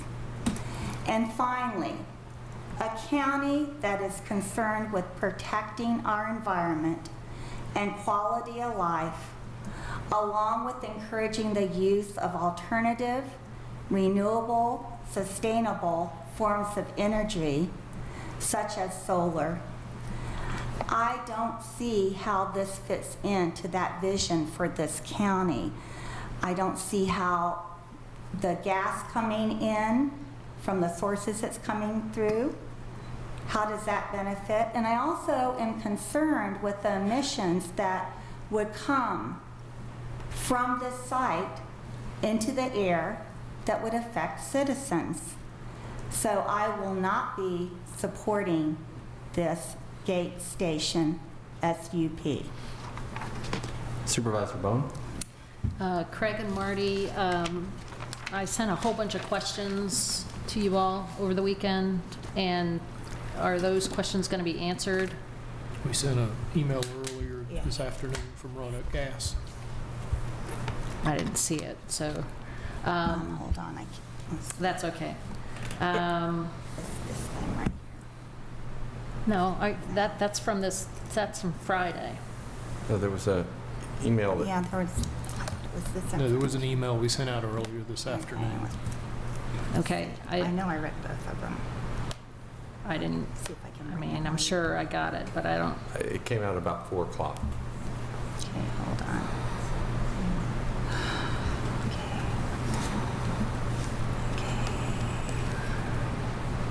Tell you what, why don't we take about a 5-minute reset or break? That would be Give you an great. Thank you. opportunity to read that email.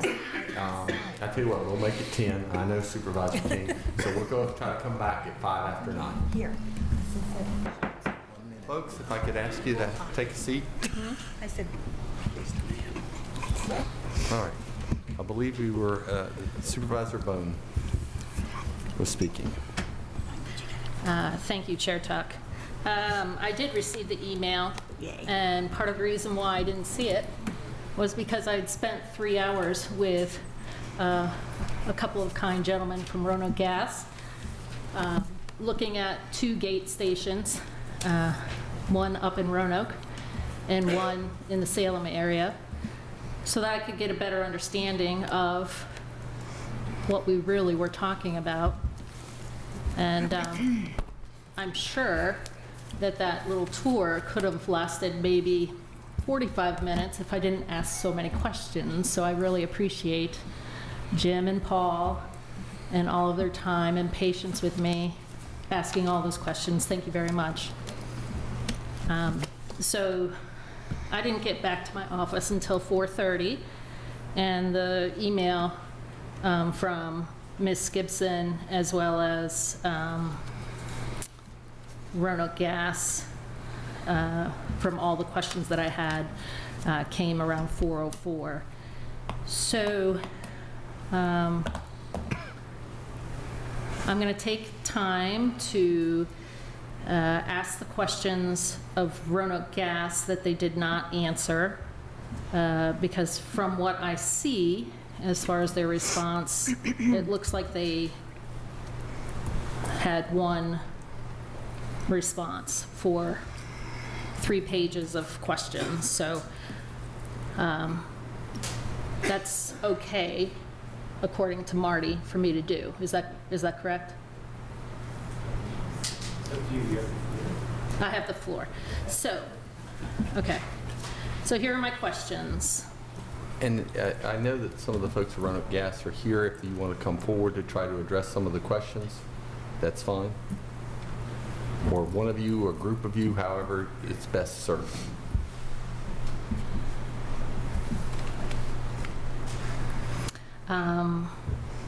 Thank you for coming up. So $2.2 million of construction costs. When all is done, how much do you expect the property to increase in value, so that we have a better understanding of tax revenues generated? We're not appraisers. We don't think that's pertinent to the special.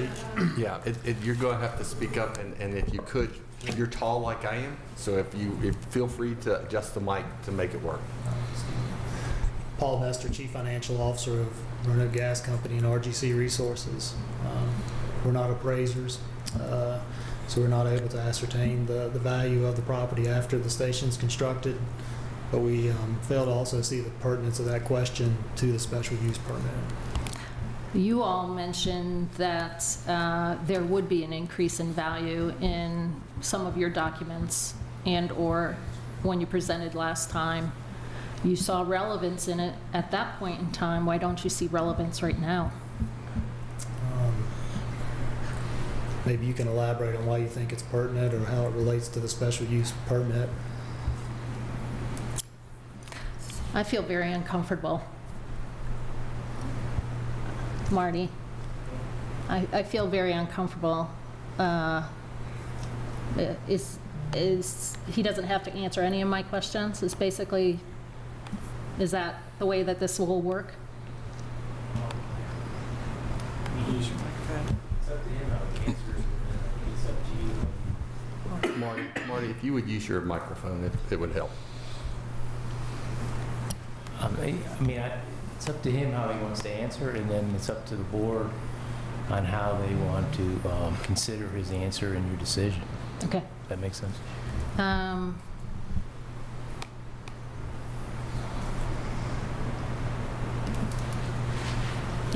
So I had a lot of questions, but Jim and Paul were able to answer a whole bunch. So I'm not going to ask you to repeat and answer the questions that I had that they answered for me. So.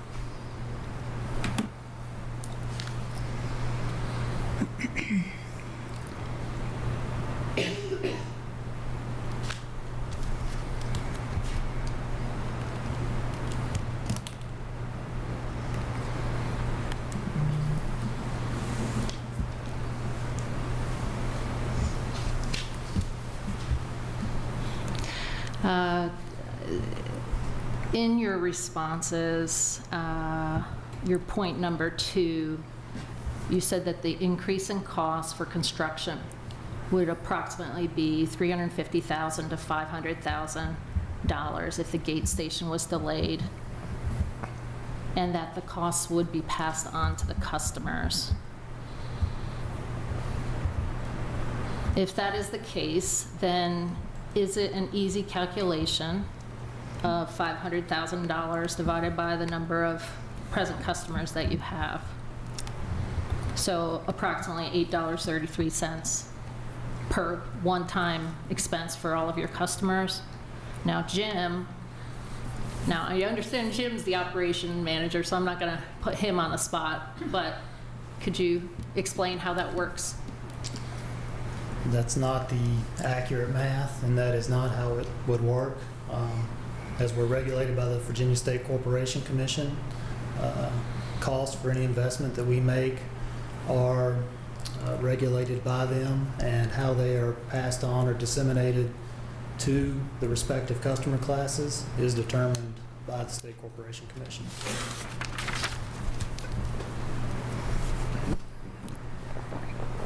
So how does that actually work? Do you know how that works? In this instance, if we delayed and you had to put the skate station in after MVP was flowing, that's the differential in cost. Do you know how the State Corporation Commission would require you to bill, quote unquote, bill your customers that differential? I do know that is a short question with a very long answer. It is stipulated by the tariff that we are under by the Virginia State Corporation Commission, which is publicly available. Could you explain that? Maybe in 30 seconds? No. And frankly, I fail to see the relevance to the special use permit. Well, the timing of the special use permit, whether we approve it tonight or choose to delay it, it is relevant.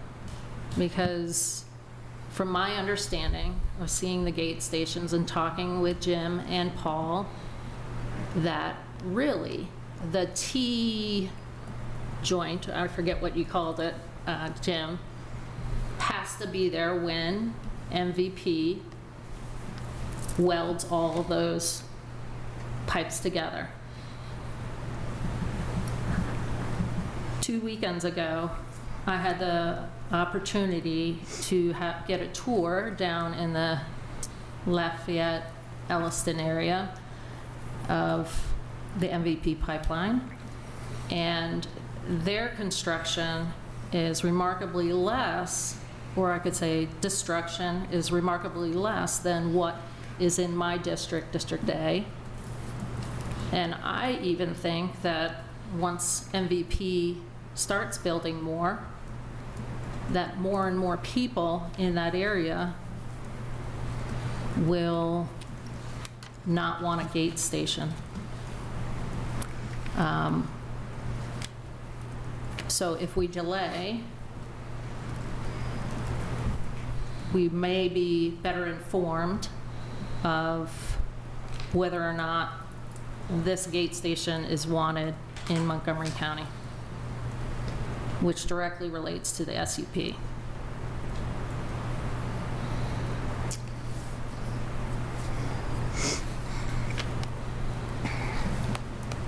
I apologize, I did not hear a question.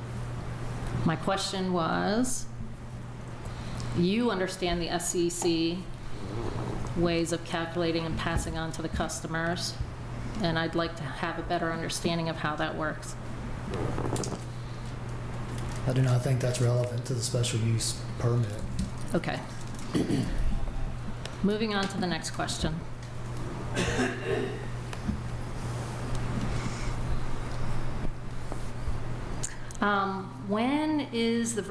When do you all expect the Virginia Tech Carilion Research Center planned expansion to actually occur?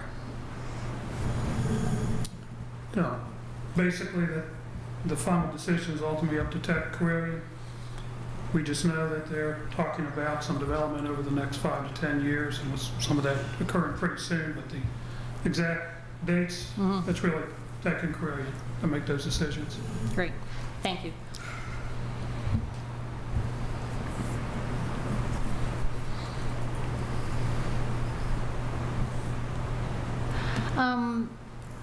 The cost of the MVP gas compared to the cost of the Eastern Tennessee and Columbia gas, is it more or less, so that that will impact the cost of gas for your customers if this is put in place?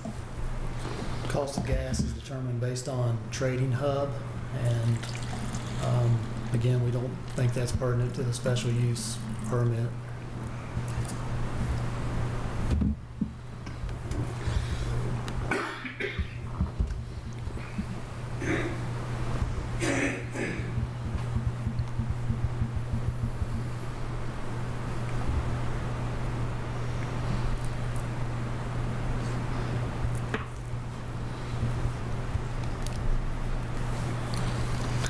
What are the reasons that you can't just put the gate station on the other side of the MVP pipeline in Roanoke County?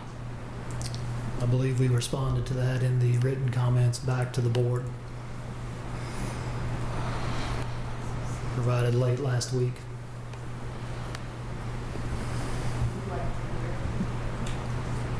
No comments from the audience, please.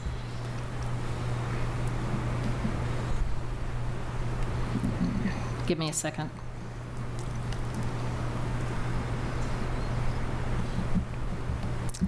You referred to that it,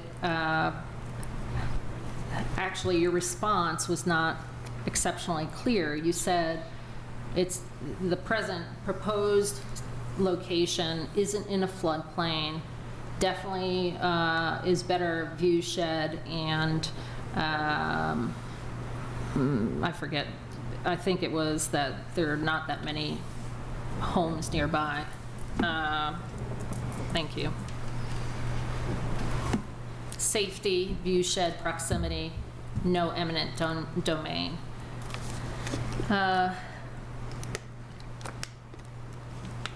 So, is there any reason why you can't put the gate station in Roanoke County, right by MVP? There are several reasons. We did a thorough evaluation and analysis of the site. The possible sites in Roanoke County were not operationally or engineeringly as appropriate as the site there in Montgomery County. The 4 points provided in the written response we do think are clear, and we do think they provide solid support and basis for the special use permit application that we have made with the county. How is view shed measured? As we stated at the last meeting and in the response, the station is not visible from Route 11 or 460. And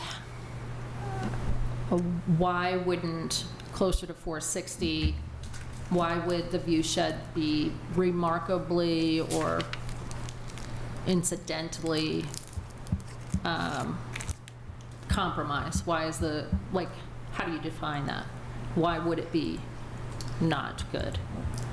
Can you clarify the question? I do not understand the question.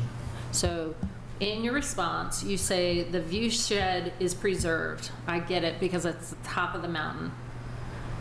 My comments at the last meeting said there's got to be other flat spaces in Roanoke County that that could be used.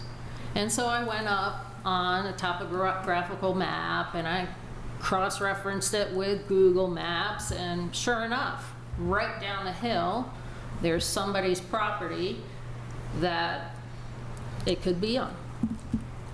And instead of the gate station being protected behind trees, it would just be out there with its fence and privatizing, you know, to minimize the noise thing in the middle of a field.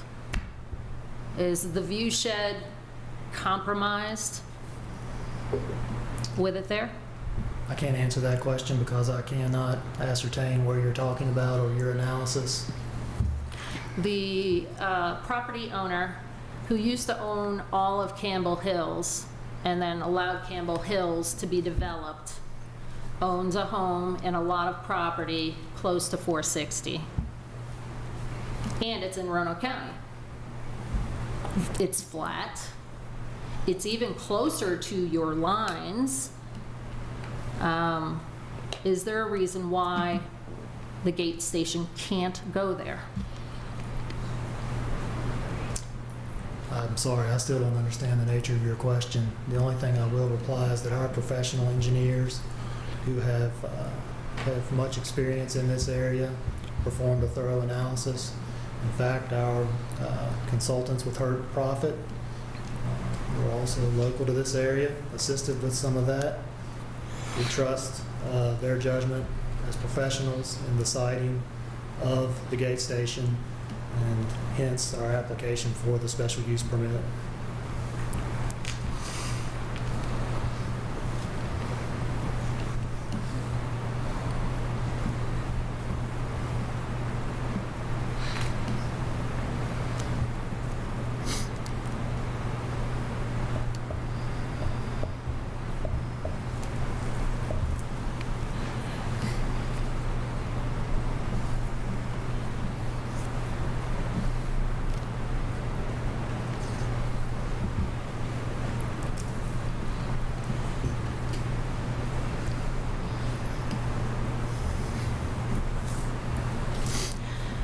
Jim was kind enough to answer a question this afternoon about eminent domain, and perhaps it can be confirmed that you have never used your eminent domain ability or privilege. Is that true?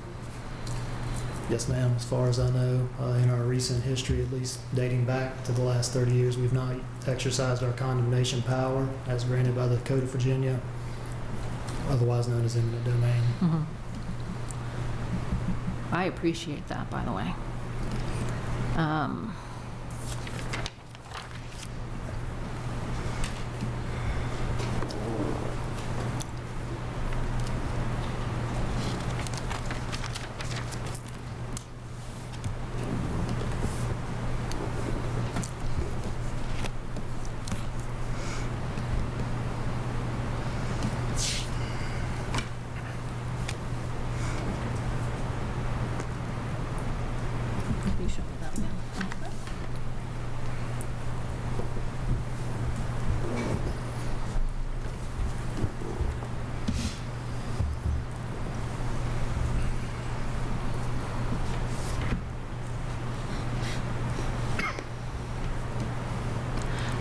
Craig, and I'm not done with you all, but my questions included questions to our county administrator and our planning director.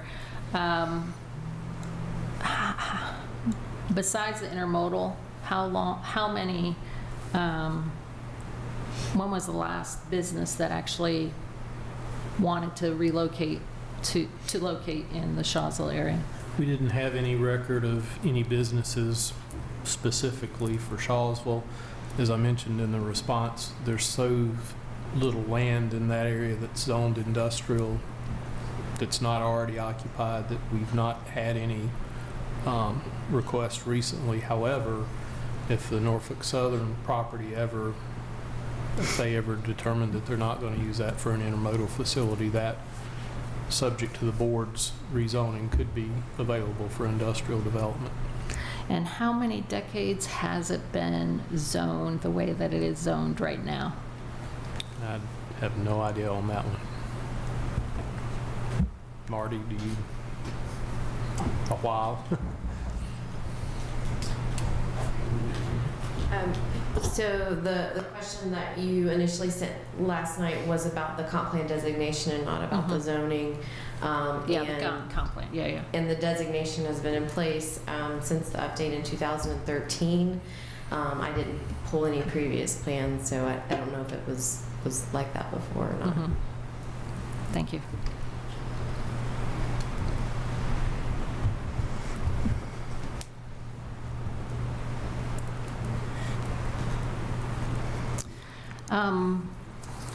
I got confused with delivered volumes and the graph that you showed last time.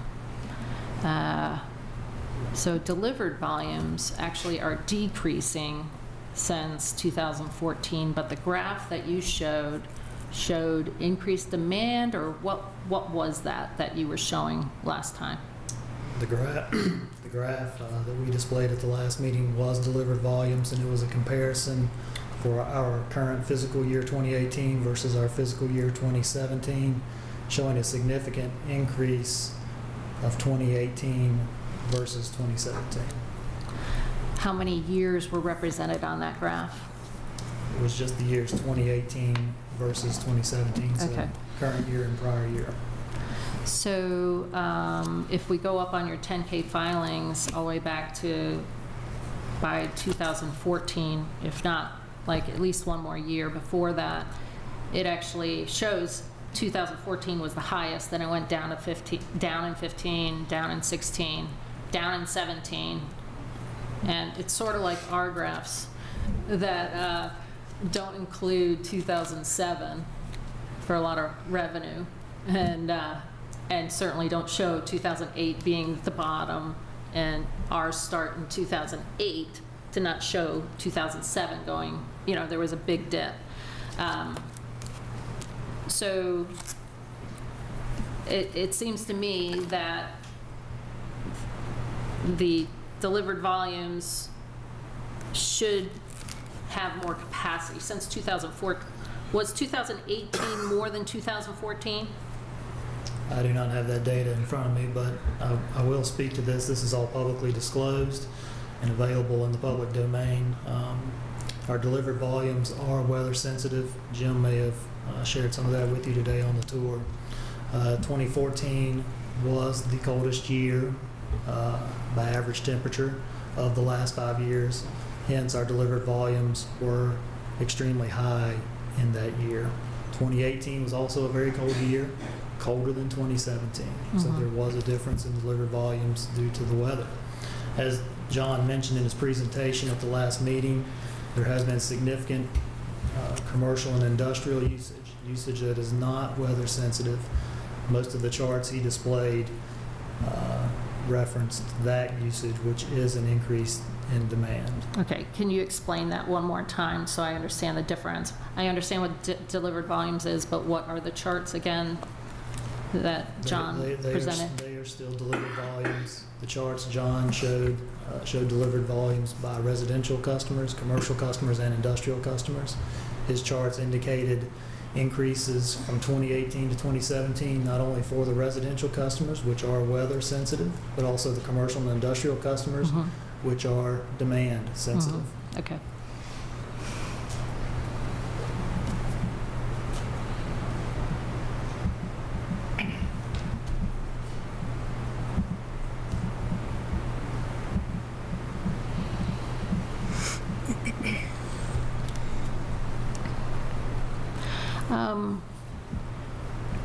I forget your first name. What is your first name? Paul. Paul. What is your last name? Sorry. Nestor. Nestor. Mr. Nestor, so at the end of last meeting, you made it a point to come up to the podium and clearly state that Roanoke Gas has no interest in MVP. That was crystal clear. Actually, I said it has no ownership interest. Ownership interest in MVP, but RGC Midstream does. Is that correct? That is correct. And RGC Midstream is owned by RGC Resources. Is that correct? That is correct. And Roanoke Gas is owned by RGC Resources. That is correct. Who is the CEO and Chief Financial Officer for all three entities? That information is publicly disclosed, and again, we don't see the relevance of that to the special use permit, but we'll answer the question anyway. John DeRazio is President and Chief Financial Officer, Chief Executive Officer. Take that wrong one. Yeah, and I'm Chief Financial Officer. For all three entities? Yes, ma'am. You two are Chief Executive Officer and Chief Financial Officer for all three entities? That's correct. Okay. So, and it's public knowledge, but I didn't have time to dig into the public knowledge. Part of your compensation is in RGC Resources stock. Is that correct? We do not see the relevance of that to the special use permit.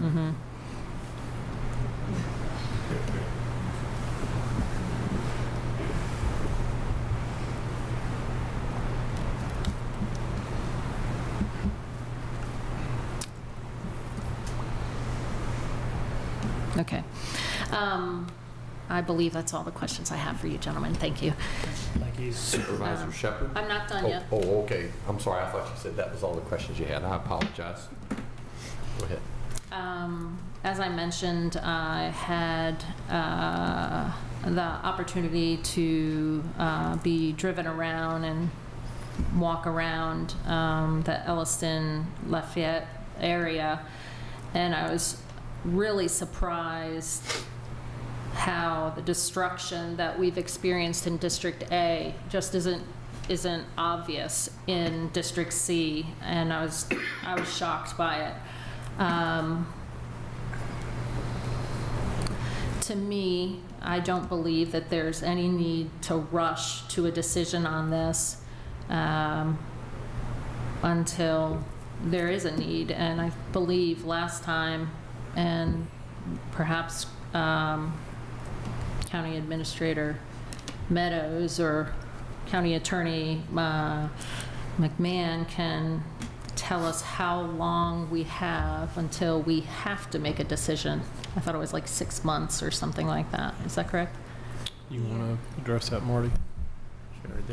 There's no specific time period per se, but you need to act in a reasonable time period. What's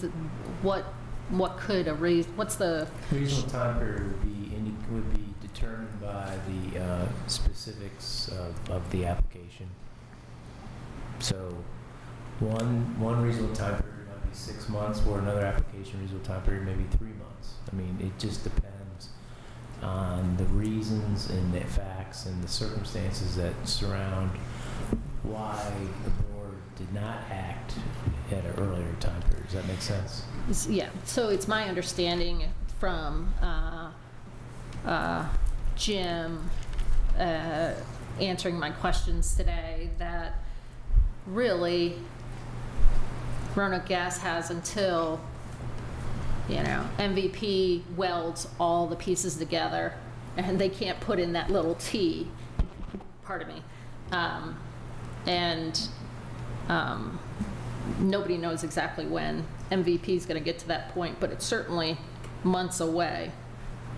So as long as we make a decision by the time that that T really does need to be put in place, that's a reasonable period of time? Is that what you're saying? No, I mean, not necessarily, no. Because there could be other circumstances about the T or about the construction, so I'm not saying that. But what I'm saying is there a reason why the board doesn't want to act? Is there more information needed?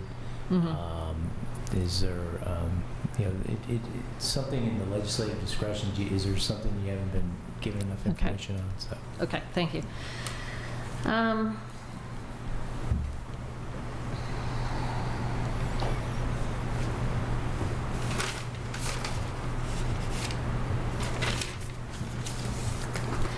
So prior to the start of our meeting, I asked Marty several questions, of which he gave me this list on page 15 of 18, and it says issues for consideration for us as the Board of Supervisor. And so issue 6, the compatibility of the proposed use with other existing or proposed uses in the neighborhood and adjacent parcels. I guess this is an Ms. Gibson question. It must have been reviewed by the planning department that this was compatible of use with other existing or proposed uses in the neighborhood or adjacent parcels, or is that something that, yeah? Can I interrupt just to give some context? So you're referring, what she's referring to is the zoning ordinance in specific section that applies to special use permits, just so. Okay. Yeah. Is that something that you reviewed last meeting? That information was in the staff report presentation from the last meeting. As Marty mentioned, it's specific language in special use permits, which are different than rezonings. It means the use is allowable, but gets a case-by-case review for those sorts of impacts. Case-by-case review by who? By us, by the county. Yeah. By the staff of the county.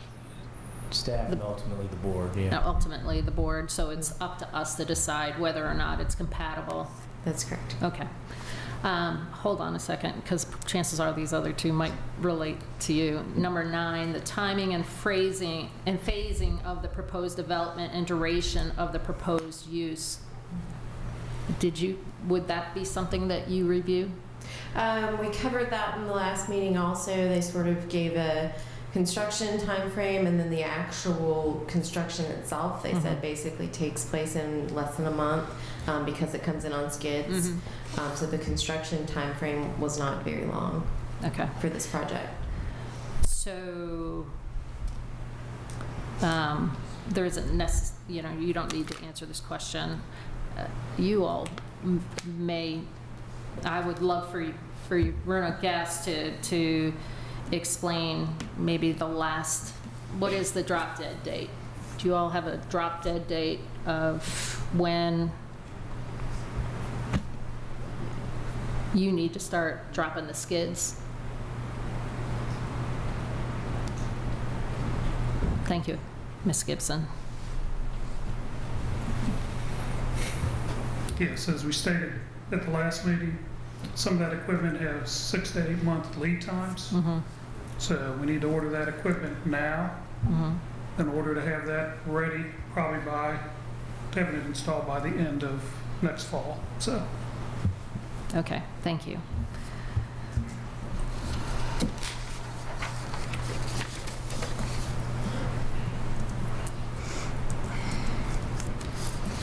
So I would propose that we wait. It doesn't seem like, let's say 6 to 8 months by the end of next fall. So if we say fall is right up to December 21st, it ends, but let's say in the middle of fall is November, and let's give them 8 months. that's March. We probably comfortably could delay this to March without feeling like we're in a rush. Now, what I heard at the last meeting was that the reason why we wouldn't want to go beyond that time is because there would be increased costs in the order of, my calculation of $8.33 for a one-time charge, but Mr. Paul Nestor, if I'm saying this correctly, said that it would be just, and Jim definitely said some accounting rules, it'll be done differently than a one-time charge. So I feel that there is no sense of urgency at this point in time to decide yes or no for this gate station. And I would recommend that we wait because we have time on our side and we might get more information between now and March. And that's all I have. Thank you.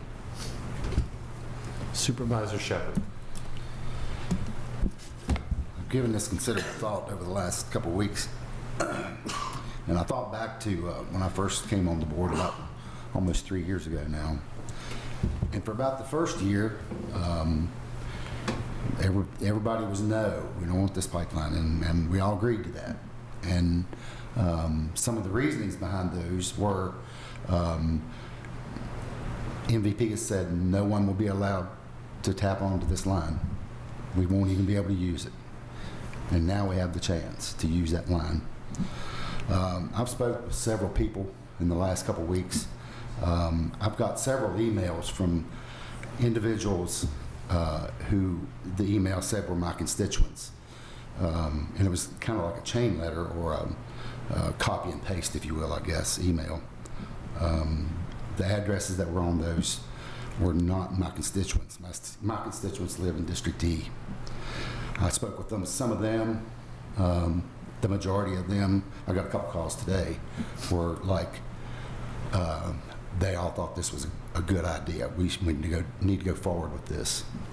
I spoke with one, I had the chance to speak with one from Mr. Fidzikowski's district this morning, and he's a stone's throw away from that piece of property where that gate station will go in. And I asked him right to the point, what do you think? You know, do you want it, don't want it? His answer kind of shocked me. He's like, I don't really care. He said, I don't think it'll matter one way or the other. It won't to me. That's all I have. Supervisor King. I just have a couple of things. First and foremost, I want to tell everybody how much I appreciate you coming out and speaking on behalf of what you believe in. I do appreciate it. This board has several jobs. One job is we have to look at this county as a whole. If one thing's not working in one part of the county, the whole county's not working. Another part of our job is to look at each individual representative. We have to look at each other and depend on them to go out and speak to their constituents. I would like everybody to think and just sit back and let Steve say what he has heard in his community. That's all. Supervisor Fidzikowski. I'm not going to take your shot. If you would like me to, I'll go ahead and go first, and you can go. But normally, I'm supposed to wait until afterwards. I can go. All right, but I'm happy to go. I appreciate that, Todd, that I have spoken to a lot of my constituents face to face. I didn't give them a petition that would sway them one way or the other. I got it directly from them, and the overwhelming majority do support it. I also found out, much to my surprise, the overwhelming majority supports the pipeline itself. I do not, and I never have, for my own reasons. I have been to the location where this gate station is proposed. I've actually walked on it. There are no houses around it. It's on top of a hill, can't be seen. As far as safety, Roanoke Gas has a very good safety record. They even stated that they haven't had any problems with their gate stations. I visited 2 of their gate stations. I didn't smell any gas from mercaptan. I didn't see any leaks. But yet we're supposed to believe they all leak and they all will explode at some point in time. I don't see that. This site that's going to be up on this hill is going to be fenced in. And we saw the pictures in the, when it was presented of what that's going to look like. The equipment that they're going to bring in is going to sit on concrete slabs. I don't know how you could possibly pollute the ground when that's going on, but I'm sure everybody has their own vision of what could happen. And that's what I've been hearing an awful lot of, is what could happen. Not that it will happen or that it has happened, what could happen. Our planning commission and our planning department, which I have a lot of respect for, has reviewed this application, and they have recommended approval. That carries some weight with me. It may not with others. I think Roanoke Gas has explained their situation and their need for additional gas. I think they've done a good job with it. To expand residential and commercial customers in Montgomery and Roanoke. They're willing to risk over $2 million of their money. It will improve the chances of economic development in eastern Montgomery, especially since Route 603 has been widened and improved. This is an area that I was discussing with Supervisor Biggs earlier, when she was telling me of her thoughts on the vote, and said that the whole area hasn't really seen any kind of expansion or any kind of economic development in the last 20 years. Now, there is a furniture factory there, but that's about it. And I'm hoping that with the expansion and more gas being available, that this may bring in some economic development. As far as MVP is... Excuse me, just for a minute. Ma'am, would you please stop? No, ma'am. Listen, I'm going to warn you. I'm going to ask you nicely. He didn't interrupt you when you spoke. And I'm going to ask you to stop shouting out or yelling out. And if you don't, then I'm going to have to ask one of the deputies to escort you out. So I'm asking you as nicely as I can to give Supervisor Fidzikowski the same respect that he showed you. Sorry for interrupting. As far as MVP goes, if they don't get the approvals and they get shut down, then everything we have discussed here has been for naught, because there will be no gate station if there is no pipeline. But again, Roanoke Gas has invested or will be investing a considerable amount of money. So I have a feeling they have a pretty good idea of whether it's going to go in or not. It was just last week that our governor had taken advice from his own panel that was looking into the pipeline, and they recommended that it not go forward. What did our governor do? He chose to ignore it. That should tell us all something. I think as far as delaying a vote, I think that's a waste of time, because again, if the pipeline doesn't go in, then there is no transfer station or whatever you want to call it. Roanoke Gas, I think, has explained very well what they need to do to prepare the site, and they need time. If they have weather issues, that may delay them. They need to be ready to make that connection when the pipeline is ready. Whether you like the pipeline or not, I do not like it. FERC has never heeded any requests from Montgomery County or any others.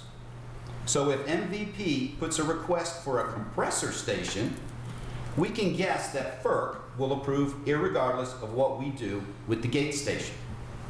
CEQ actually is the one that has. Ma'am, would you please stop making comments while Supervisor Fidzikowski is speaking? Thank you. It's sad to see that Roanoke Gas has been demonized because of the war on fossil fuels. Roanoke Gas is a company that does business here in our county. Yeah, their office may be in Roanoke, but they do business here, and they will continue to do business irregardless. We will continue to need natural gas until other renewables are put into operation and are affordable.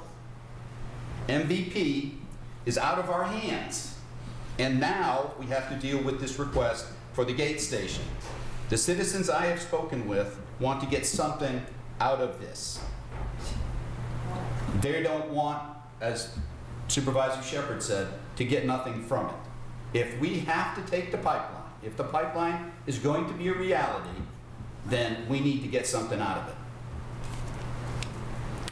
And I believe, after talking to my constituents, that a vote against the gate station is a vote against the citizens of Eastern Montgomery County. Thank you. Thank you. Few things, and I apologize for the length of my comments, but first of all, I've tried to figure out, and when coming to this decision, I talked with Supervisor Fidzikowski. We have heard from a lot of speakers that this is really about Mountain Valley Pipeline. I looked at reasons I voted against the pipeline. No benefit to Montgomery County, or even our region. If you remember, initially there weren't going to be any gas taps. The taking of private citizens' land bothered me. Overall construction bothered me. I looked at this decision, is it about fracking, global warming? I'm a Republican that believes in global warming and that believes that the effects could be man-made. I look at the coal ash issue and that we're turning away from coal, but yet we were inundated recently regarding coal ash and saying that that's a serious problem. Well, if we're going to shift over to natural gas, that would eliminate that. I thought about and talked with Supervisor Bone, and I said, you know, there's a lot of people that are worried about that this gas is going to go overseas. And I said, for me, I hope some of it goes overseas, because I believe that that would make them less dependent on Russia. And I think Russia's a bad country. I think that their leadership is interfered with our elections and continues to try to create divides in our country. But I wasn't elected to be the president. I wasn't elected to Congress. I haven't had a briefing on the State Department. I'm elected on the Montgomery County Board of Supervisors. And so I'm here to make a land use decision. I also looked at what we've done recently. When we looked at the impacts of Mountain Valley Pipeline, and there was an opportunity for us to get money, hundreds of thousands of dollars, to address some of the impacts of the pipeline, we voted 7-0 to accept those funds to purchase land potentially, or have that land purchased and then transferred to us over on Brush Mountain to protect that viewshed. We were trying to get something out of it at that point in time. And so I looked at those decisions, and then I started going through, and I thought about what Dr. Satterwhite said. My constituents, I get stopped at Walmart. They want to know why I'm opposed to this pipeline. They believe that I should be voting in favor of it. I tell them the reasons why, and those have been those reasons I just stated. Similar to what Supervisor Shepherd said, this is an opportunity for Montgomery County to get something out of it, similar to the hundreds of thousands of dollars for that land. Also tried to listen to some of the folks, and there was a discussion that resonated with me about if we didn't approve this tap, could it help the lawsuit? And that was something that was addressed.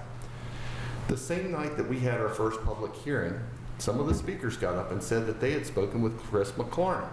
I received a text from Chris, and Chris is the county administrator over in Johns. And he called me up and said, listen, a couple of your citizens have contacted me, and I want to make sure you understand what I told them, which is, one, part of it was 100% true. They are not going to take a tap in their industrial park. He said, Chris, we don't have a company coming in the next 6 months. And based on that, we're not going to get the tap. But then he went on to tell me that they're expecting, in a short period of time, one of their large industries, which he would not disclose, is going to be requesting a tap. Well, you don't have to be a rocket scientist to know what are the large industries in Giles, and it's probably, in my mind, going to be the lime plant, because Celanese already has natural gas. So when some of the speakers got up and said, you need to be courageous like Chris McClarney, and he had already spoken with me that day, the misinformation it bothered me some. Something else that bothered me, some of the speakers were some of the things that they said about Supervisor Fijikowski, and that he didn't care about children. Well, many of you don't know that Supervisor Fijikowski took a load of diapers to North Carolina on his own dime, helping other folks made donations to make sure that kids had diapers in North Carolina after a hurricane. And those kind of implications that he doesn't care about children were difficult at times to take. Some of the speakers, misinformation, started implying that the board somehow must be getting kickbacks from Roanoke Gas. It was even implied tonight. I jokingly asked my wife, please tell me where that money is, because I sure haven't gotten any of it. But seriously, those kind of allegations and that kind of rhetoric was very disappointing to hear. Our disclosures are there. I don't know of anybody who's taken a nickel from a gas company that sits up here. I went ahead and also reached out to Roanoke County and their Board of Supervisors, and specifically their chair, who also serves this district. And I said, do y'all have an opinion? In my mind, that was something I wanted to hear. This is right up against their board. They're not taking an opinion one way or the other. They implied that it's our decision to make. So in looking at this land use decision, I start off just like I did in regards to a previous one. I look to see what our planning staff said. They are professionals. It is an advice, but it is not something that we're required to follow. They say this meets the criteria. Okay. Then I listened to the Planning Commission. It wasn't a close vote. I talked with the two that voted against it. Again, Planning Commissioner Miller said he wished it had gotten more publicity. It hadn't. The other did say that the benefit was primarily to Roanoke. And looking at that, we've been talking about regionalism and how we want Roanoke and Roanoke City to do well. Because if they do well, then we'll do well. So here's an opportunity for them to be able to expand and get cheap natural gas. So in looking at that, now it becomes, is this use? Where are we at? And it seems very consistent with us. And then there's my personal. I drive by a gas tap every day I go to work, just about. I don't live beside one. We have one running through our farm. We do have a rental piece of property that adjoins that gas tap. I did stop and listen to it. I was quoted in the paper as accurately in saying this gas tap is not supposed to be any louder than a hairdryer. But the gas tap that we have in Walton that feeds the arsenal, you can't really even hear it when you're within 20 feet. Now, there may be times where more gas is pouring through and maybe it's louder, but I couldn't hear it. So based on those decisions, I am going to be voting in favor of this gas tap. But I'm also willing to say we have some rollover money that's coming this way.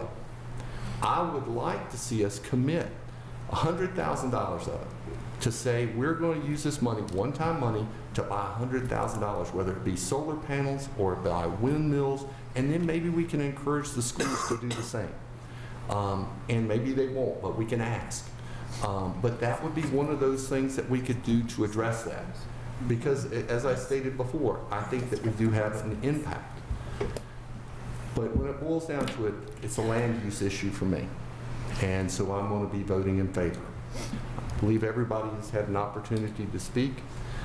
There's a motion and a second. Any further discussion? Madam Clerk, would you call the roll? Okay. Ms. Bennett? No.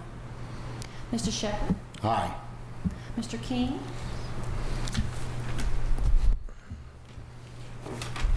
On the comments that the supervisors from that district presented tonight, Aye. Mr. Motts?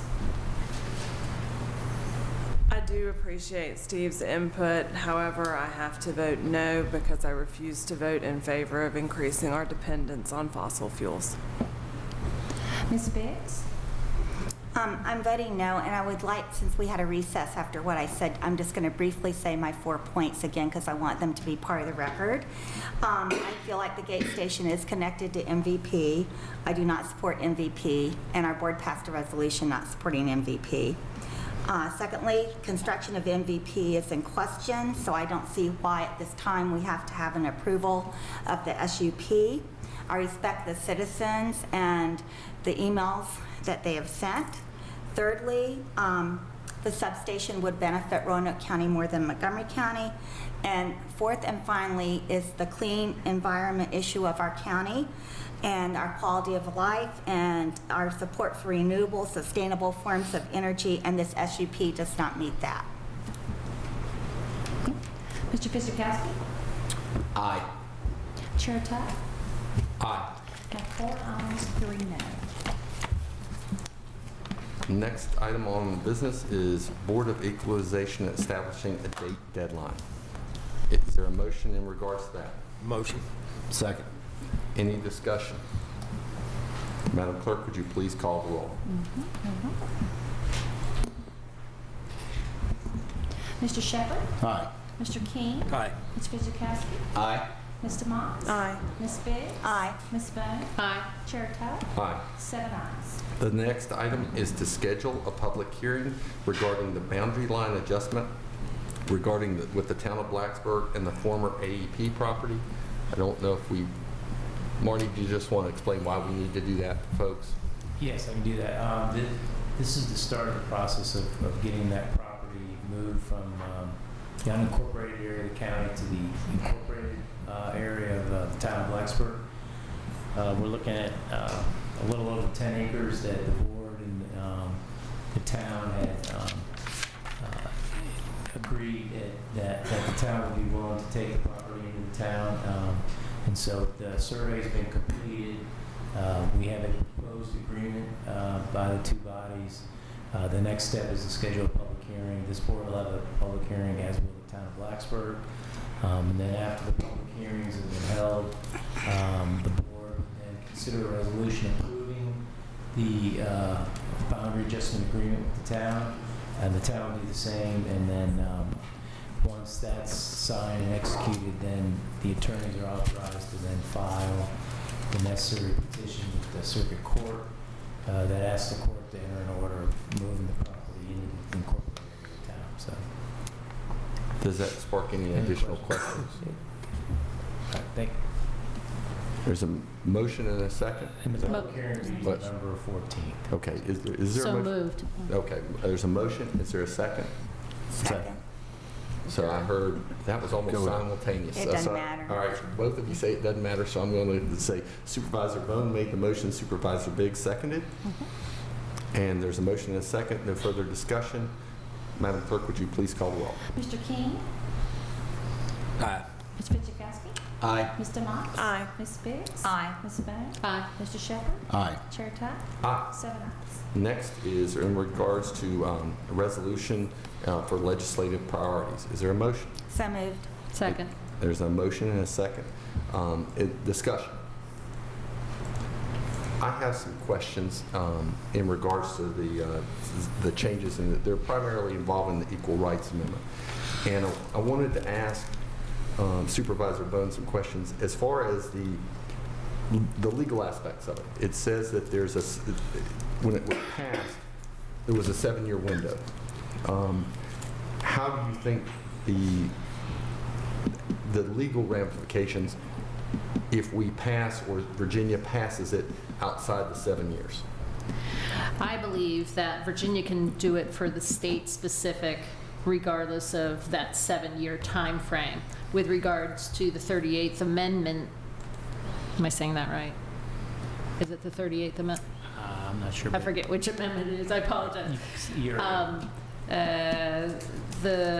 What I read it said that since there was some really old amendment that took from the 1700s or early 1800s to 1992, that they probably have legal grounds to be able to, finagle it so that it can be the next amendment. In reading the August 24th Virginia pilot, they quoted Mark Herring as saying either Congress would have to vote to extend it, or they would have to, all the states would have to pass a brand new amendment. So would you be in favor of sending this to the federal legislation to vote to extend that as well as part of our legislative priorities? Yes. Okay.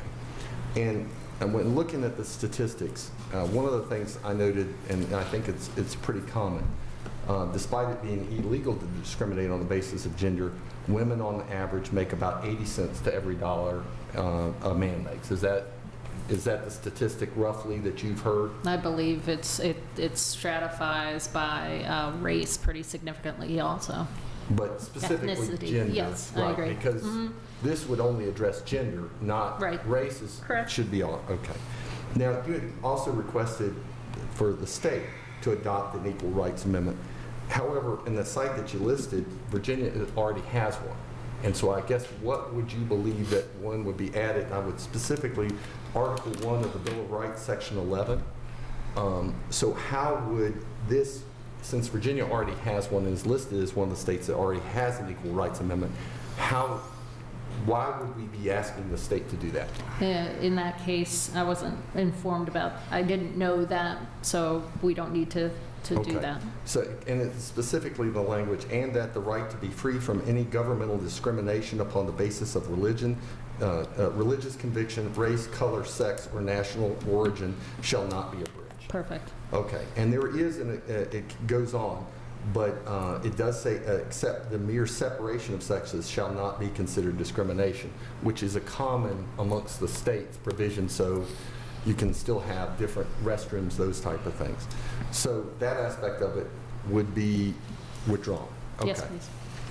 And as far as, and looking at, I went on and watched a video with Ruth Bader Ginsburg, and she said that one of the reasons that she was in favor of it, legally, no one can discriminate right now based on the current case law. But she said her granddaughters could not pick up the Constitution and point to a constitutional amendment to be able to say you cannot discriminate against women. It's very persuasive. And as I mentioned at our last meeting, I was in favor of I'm a firm believer in equal pay and for equal work. But there are some provisions, and I'm curious to your position. One of the things that in some of the sites talk about is selective service, and that women would be under this. You could not just require men for the draft. What is your position in regards to that, and how do you think this would affect women being required to register for the draft? I personally believe that women should register for the draft if this was passed. Okay. And they've been doing it in Israel, and they've got one of the top armies in the world considered, and so that's one of, those are the majority of my questions. I don't know if anyone else has any questions. So would a friendly amendment be withdrawing the state portion? Yes. Okay. So we just going to send it to federal? Well, no, we're going, no. I want to make sure that we're not asking the state to adopt a constitutional amendment because we already have it as part of our Constitution that it's illegal to discriminate on the basis of sex. And that's the one, and it was listed in one of the articles. So that's the only thing we're saying. But we would add asking our state, our federal representatives to extend the deadline so that we could get the amendment passed. And also ask our state to ratify the amendment. So do you see the two differences? Mm-hmm. But we don't need a state constitutional amendment because you have a state constitution and federal. Is that? Yes. Okay. First you have to find out if that 7 years is... That's why I think it could be a legal obstacle, but I think I agree with Mark Herring's point specifically that if Congress can set a deadline, Congress should be able to extend that deadline. Mm-hmm. That makes sense to me. Mm-hmm. And then reading his article, that I think they have to do it. And I think if they don't do it, Virginia's ratification doesn't work. I would like to make sure that our request is to ratify the amendment first, regardless of whether or not they pass the 7 year, extend the 7 year. So I want to make sure that dual track, asking our federal, but also asking them to draft it and approve it. That's the way I'm contemplating it. Is that any other questions about changes to legislative priorities? There's a motion and a second. Madam Clerk, with those friendly amendments, would you please? Mr. Moss? Aye. Ms. Biggs? Aye. Ms. Bowers? Aye. Mr. Shepherd? Aye. Mr. King? Aye. Mr. Fidzikowski? Aye. Chair Tuck? Aye. 7 ayes. All right, the next item on our agenda is County Attorney's Report. No report, Mr. Chair. I had a second amendment. Oh, okay, I assumed that I was, yes, Okay. it was on the same. Okay. It was, I didn't have any questions about the sales tax. No. It was just, in my Fine. mind, clarifying that and also just exploring. The court said, it's legal to collect income, internet tax. Yes. Can the county do that themselves? The state won't let us. No, that's reserved for the state. I think we need to look into something because this went through the court system. I think we need to think about this and sue the Commonwealth of Virginia so we can do it. I mean, I'm not joking. I think we have That's to change something it we need to to our, look at. because we're a Dillon Rule state, I think we're stuck. I think that's something we need to look at. I would like Until us they to give us look the at. authority, but that's what this resolution, I think, gives us at least what we'll be asking for. Resolutions, they go no way. I just wanted to add that FACO has this as part of their legislative agenda also. So if that helps any. I would like for us to look into suing the Commonwealth of Virginia. I mean, I'm not joking. Maybe we could have Marty give us a legal update in closed session. Would that satisfy you? I agree, Supervisor King. I'd like to learn more about that. I would like it to be out in open to go through the court system. Because this is wrong.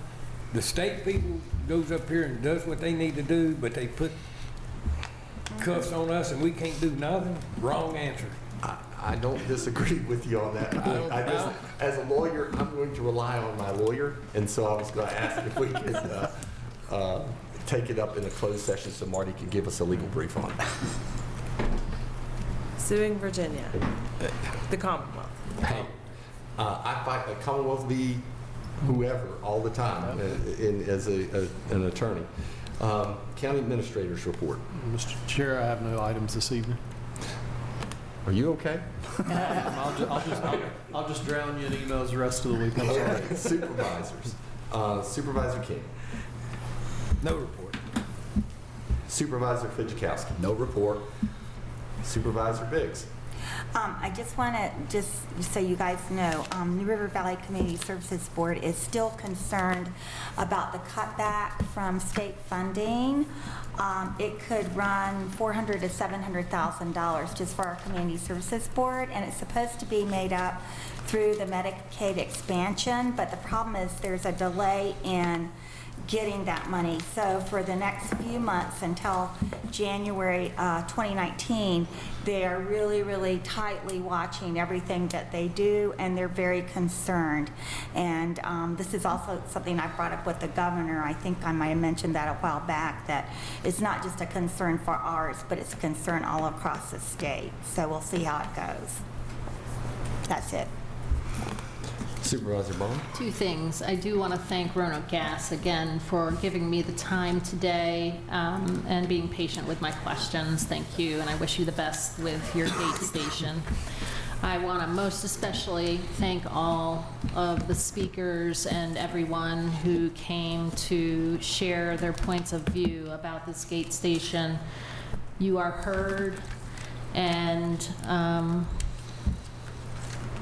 the government has spoken, and you have a friend in me. That's all. Supervisor Shepherd. I wasn't going to have a report, but there's a couple things I'd like to get on the record, I guess. I don't know, maybe that's the way it should be done. I know myself and the county administrator's taken some complaints about some activities with VDOT that we've asked for, and I know they've been busy.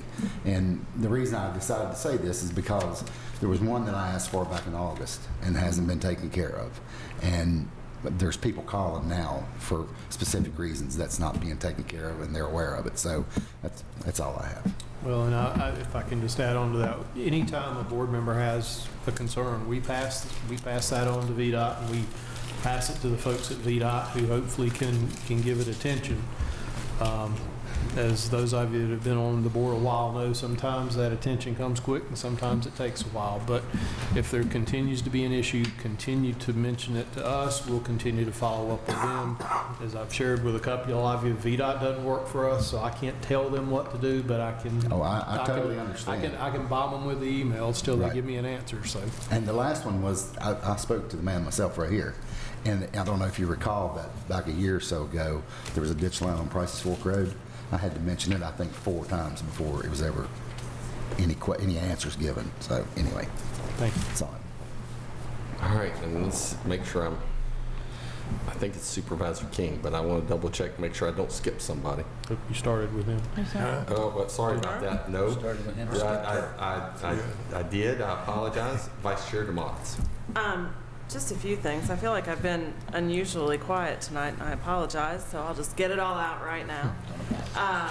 I wanted to mention a few dates that are upcoming for meetings and other events that will take place between now and the next time that this board meets. First is a fun one. That is Wednesday, October 31st at the Government Center. There'll be a trick-or-treating event for children here. That is from 2 to 4. Am I correct? I think it's 2 to 4. I think it's 2 to 4:30? Okay, so bring the kids out for that. The next one is much more serious and much more important. Tuesday, November 6th is Election Day, so this is a reminder to do whatever you can do to get to the polls. If you cannot get to the polls, there are many, many volunteers in the community that would be willing to give people rides to the polls. So make sure to vote on Tuesday, November 6th. It's written on my calendar, write it on all of yours. And then I also wanted to remind everybody about the upcoming Parks and Recreation themed Board of Supervisors community meeting. That will be at Eastern Montgomery High School in Chawsville at 6 o'clock on Thursday, November the 8th.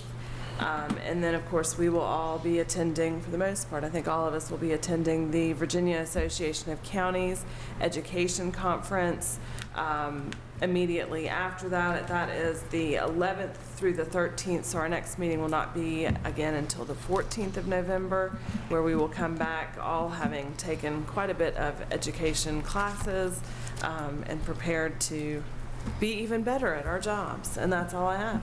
Oh. One clarification, the trick-or-treat event for the youth is from 3 to 4:30 on there we go. That's October important. 31st. I dug out the email. Thank you. I Absolutely. appreciate that. Thank you. A couple of things. One, I had the opportunity to meet with VDOT today and go out Yellow Sulphur, and they're talking about how they're going to upgrade it at this point in time in that last mile. And I was going to ask if, I'm not expecting any other supervisors to attend, but I was going to have a community meeting there, maybe at the Frog Pond. VDOT has said that they would like to come and get input from the citizens who live on Yellow Sulphur Road. And some of the decisions, they feel that they could have the road finished if it's paved on the current gravel road, basically, and without any major changes, some minor changes, by 2020. If we want to make major changes, it's going to be probably 2023 or 2024. And so I would like to get citizens' input, and I would probably need to try to get that out through the county and then maybe try to contact some folks out at Yellow Sulphur. But would anybody have any objections for me doing a community meeting out there? I think it's a great idea. What month? We're not certain. VDOT is wanting me to do it before Christmas. So I would just pick either a Wednesday night or a non-board night, and but be able to rent the county facility, have it at, up 6 or 7 o'clock, and then try to get some citizen input. Let us know what you need. Well, no, not there's a building right beside the frog pond that's used for Parks and Rec. And I will not be at the meeting on November the 8th then in Charlottesville. I'll be in charge. As she will be in charge of that meeting. I apologize to folks, but I have a family commitment. My wife is the president of the Concord Alumni Association, and I promised her previously that I would be there. And since I met her at Concord, and since she puts up with me being on the Board of Supervisors, I'm going to be there. And it's at Bull and Bones. If any Concord grads would like to meet us there, it's on the 8th as well. There being no further business, this meeting is adjourned.